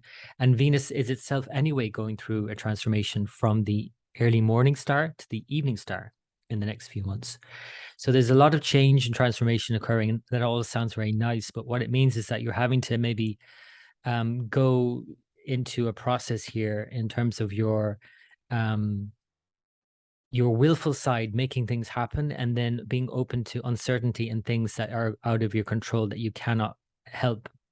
And that's really the dynamic of Venus for you, because it rules your third sign of effort and willfulness and your eighth sign of vulnerability and change and unexpected change. And because this upcoming new moon and eclipse is involving Venus, which rules this space, it does show that there's some change that is unexpected on the horizon. But you have to see it as unexpected in a good way, ultimately. And so as Venus and the sun coming to your eighth house and then are joined by the moon, I'll show you that here on the 25th. Let me bring it back to your sign. So here we have eighth house. So we have the moon and the sun. They're both at 7 degrees for the new moon, and Venus is at 8 degrees, within a degree of this partial solar eclipse. Ketu is further away, so it's partial, but it is a big impact here in your eighth house, involving your eighth lord. So it's about some unexpected change you hadn't accounted for, perhaps, about having to renegotiate the terms and contracts now and the terms and conditions or whatever, and your own willful side and being able to make something happen. Because how do you go about making something happen? This is also going to have an impact in the coming months because Mars will go back through your third house. I'm going to talk about that at the end of the month. In your third house, which is ruled by Venus. So Pisces, it's Venus for you rules, the third house, which makes you a soft touch. Let's look at it that way. Third house is very much about going for something you want. Venus tends to get something it wants by more peaceful means. So it doesn't mean you can't get what you want. It's just that you have to do it with a soft touch. It's not going to work by being heavy-handed about it, because your nature, Pisces, is to be soft. So that's something to be mindful of. And now thinking about, how do you negotiate changes that are happening with you and your partner, or you or any other, or any changes that are happening at this time for this new moon and solar eclipse, and the unexpected that can crop up, and how do you negotiate that? And especially then leading into the full moon on November 8th, 2 weeks later, and that would probably actually bring more immediate changes financially for you, as it is eclipsed in your second sign. If you have children, there's some issues around that. Family dynamics, children dynamics, plans for your future, financial issues around those plans you're making for the future, unexpected changes along the way, or unexpected debts, or unexpected money, possibly even. You could also have money that comes to you unexpectedly that you didn't earn. That's eighth house also. So there's definitely some financial issues going on here and unexpected changes going on in your finances, while you're dealing with the longer term impact of Saturn and the kind of looking at your own earning potential. Let me put it that way. So this is the new moon. It's an important one. Like I said, it's opening up this 2-week window of the eclipse that can feel uncertain, as these key areas of your life, the second and eighth, are activated in ways that might not feel comfortable, because second and eighth are the places where we like to keep stable. And when they aren't stable and when things begin to change, you might feel that as insecurity in some way. And so it's important from the end of October and this new moon and eclipse on October 25th and for the following 2 weeks to be mindful of that instability that's possible in your life, whether financially or in family dynamics, or just the sense generally of this kind of changing landscape. Now, don't forget that Mercury, though, is strong all month and most of the month in your 7th sign. So that it's about very much about interacting more with your partner, different people and others in general, just to kind of negotiate these changes that are happening. And again, necessary changes, they have to happen. So if you're on board with them, then you can go with the flow in this case, which is always the saying that applies to Pisces, of course. So that is the new moon on October 25th. I want to show you one last thing. I'll talk more about the total lunar eclipse on November 8th next month. It's an important one. It's a more immediate thing. But I want to talk more about one other thing that's happening by October 30th, and that is Mars is stationing retrograde. So as Saturn stations direct, Pluto direct, next month Jupiter direct, Mercury has a station direct, but from the beginning of the month, all of that is moving forward. Mars has to be the odd one out in this case and starts to move backwards. Now, it peaks into Gemini, your 4th house, the home environment, and issues are related to happiness and your mother and things like that, and stops moving on the 30th. So from 15th of October, it moves in. From the 30th of October, it stops moving. It doesn't go any further, and it puts a halt to some plans here. And again, because this relates to finances, it's the 2nd lord, but it's also your 9th lord. And both of those, what they have in common is financial issues, travel issues as well, family issues, all of these things, but also what you're guided by. And what 2nd and 9th house, what they have in common also is 2nd is very much about stability, but 9th house is about the beliefs, the guiding principles that you hold that also give stability. They're both very much about stability in a way. But as Mars then stops moving in your 4th house, in your home, whatever plans that you were hoping to make here and moving forward might be halted for the time being. And because it won't return here until March next year, because it's going to go backtrack into Taurus by the 13th of November and remain in Taurus until it stops moving backwards in January and then moves forward and back into Gemini in March. So actually won't be till next March, whatever you're planning here in the home, that those plans can actually move forward. And that could be frustrating because Mars and Gemini don't mix well. Gemini is all about talking about things and working things out and planning. Mars doesn't like to plan. Mars just likes to do. Mars is not able to do here. It's not even able to do anything. It's having to backtrack and go back to the drawing board in a way. But that's in a way a good thing because Mars back to your 3rd house is a better place to put Mars. Mars and the 3rd house go hand in hand. It's about you going for what you want and deciding what you want, first of all. And maybe it's that you don't know or haven't got clear about what you want. And that's the going back to the drawing board.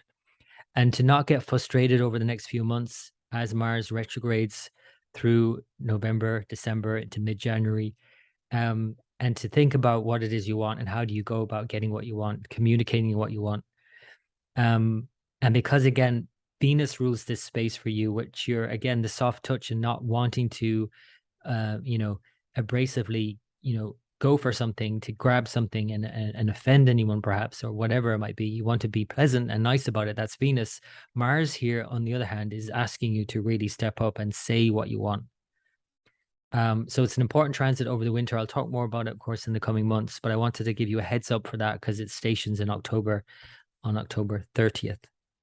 Okay, Pisces, I hope that's been of help. As always, I wish you the very best for the month ahead, and until next time.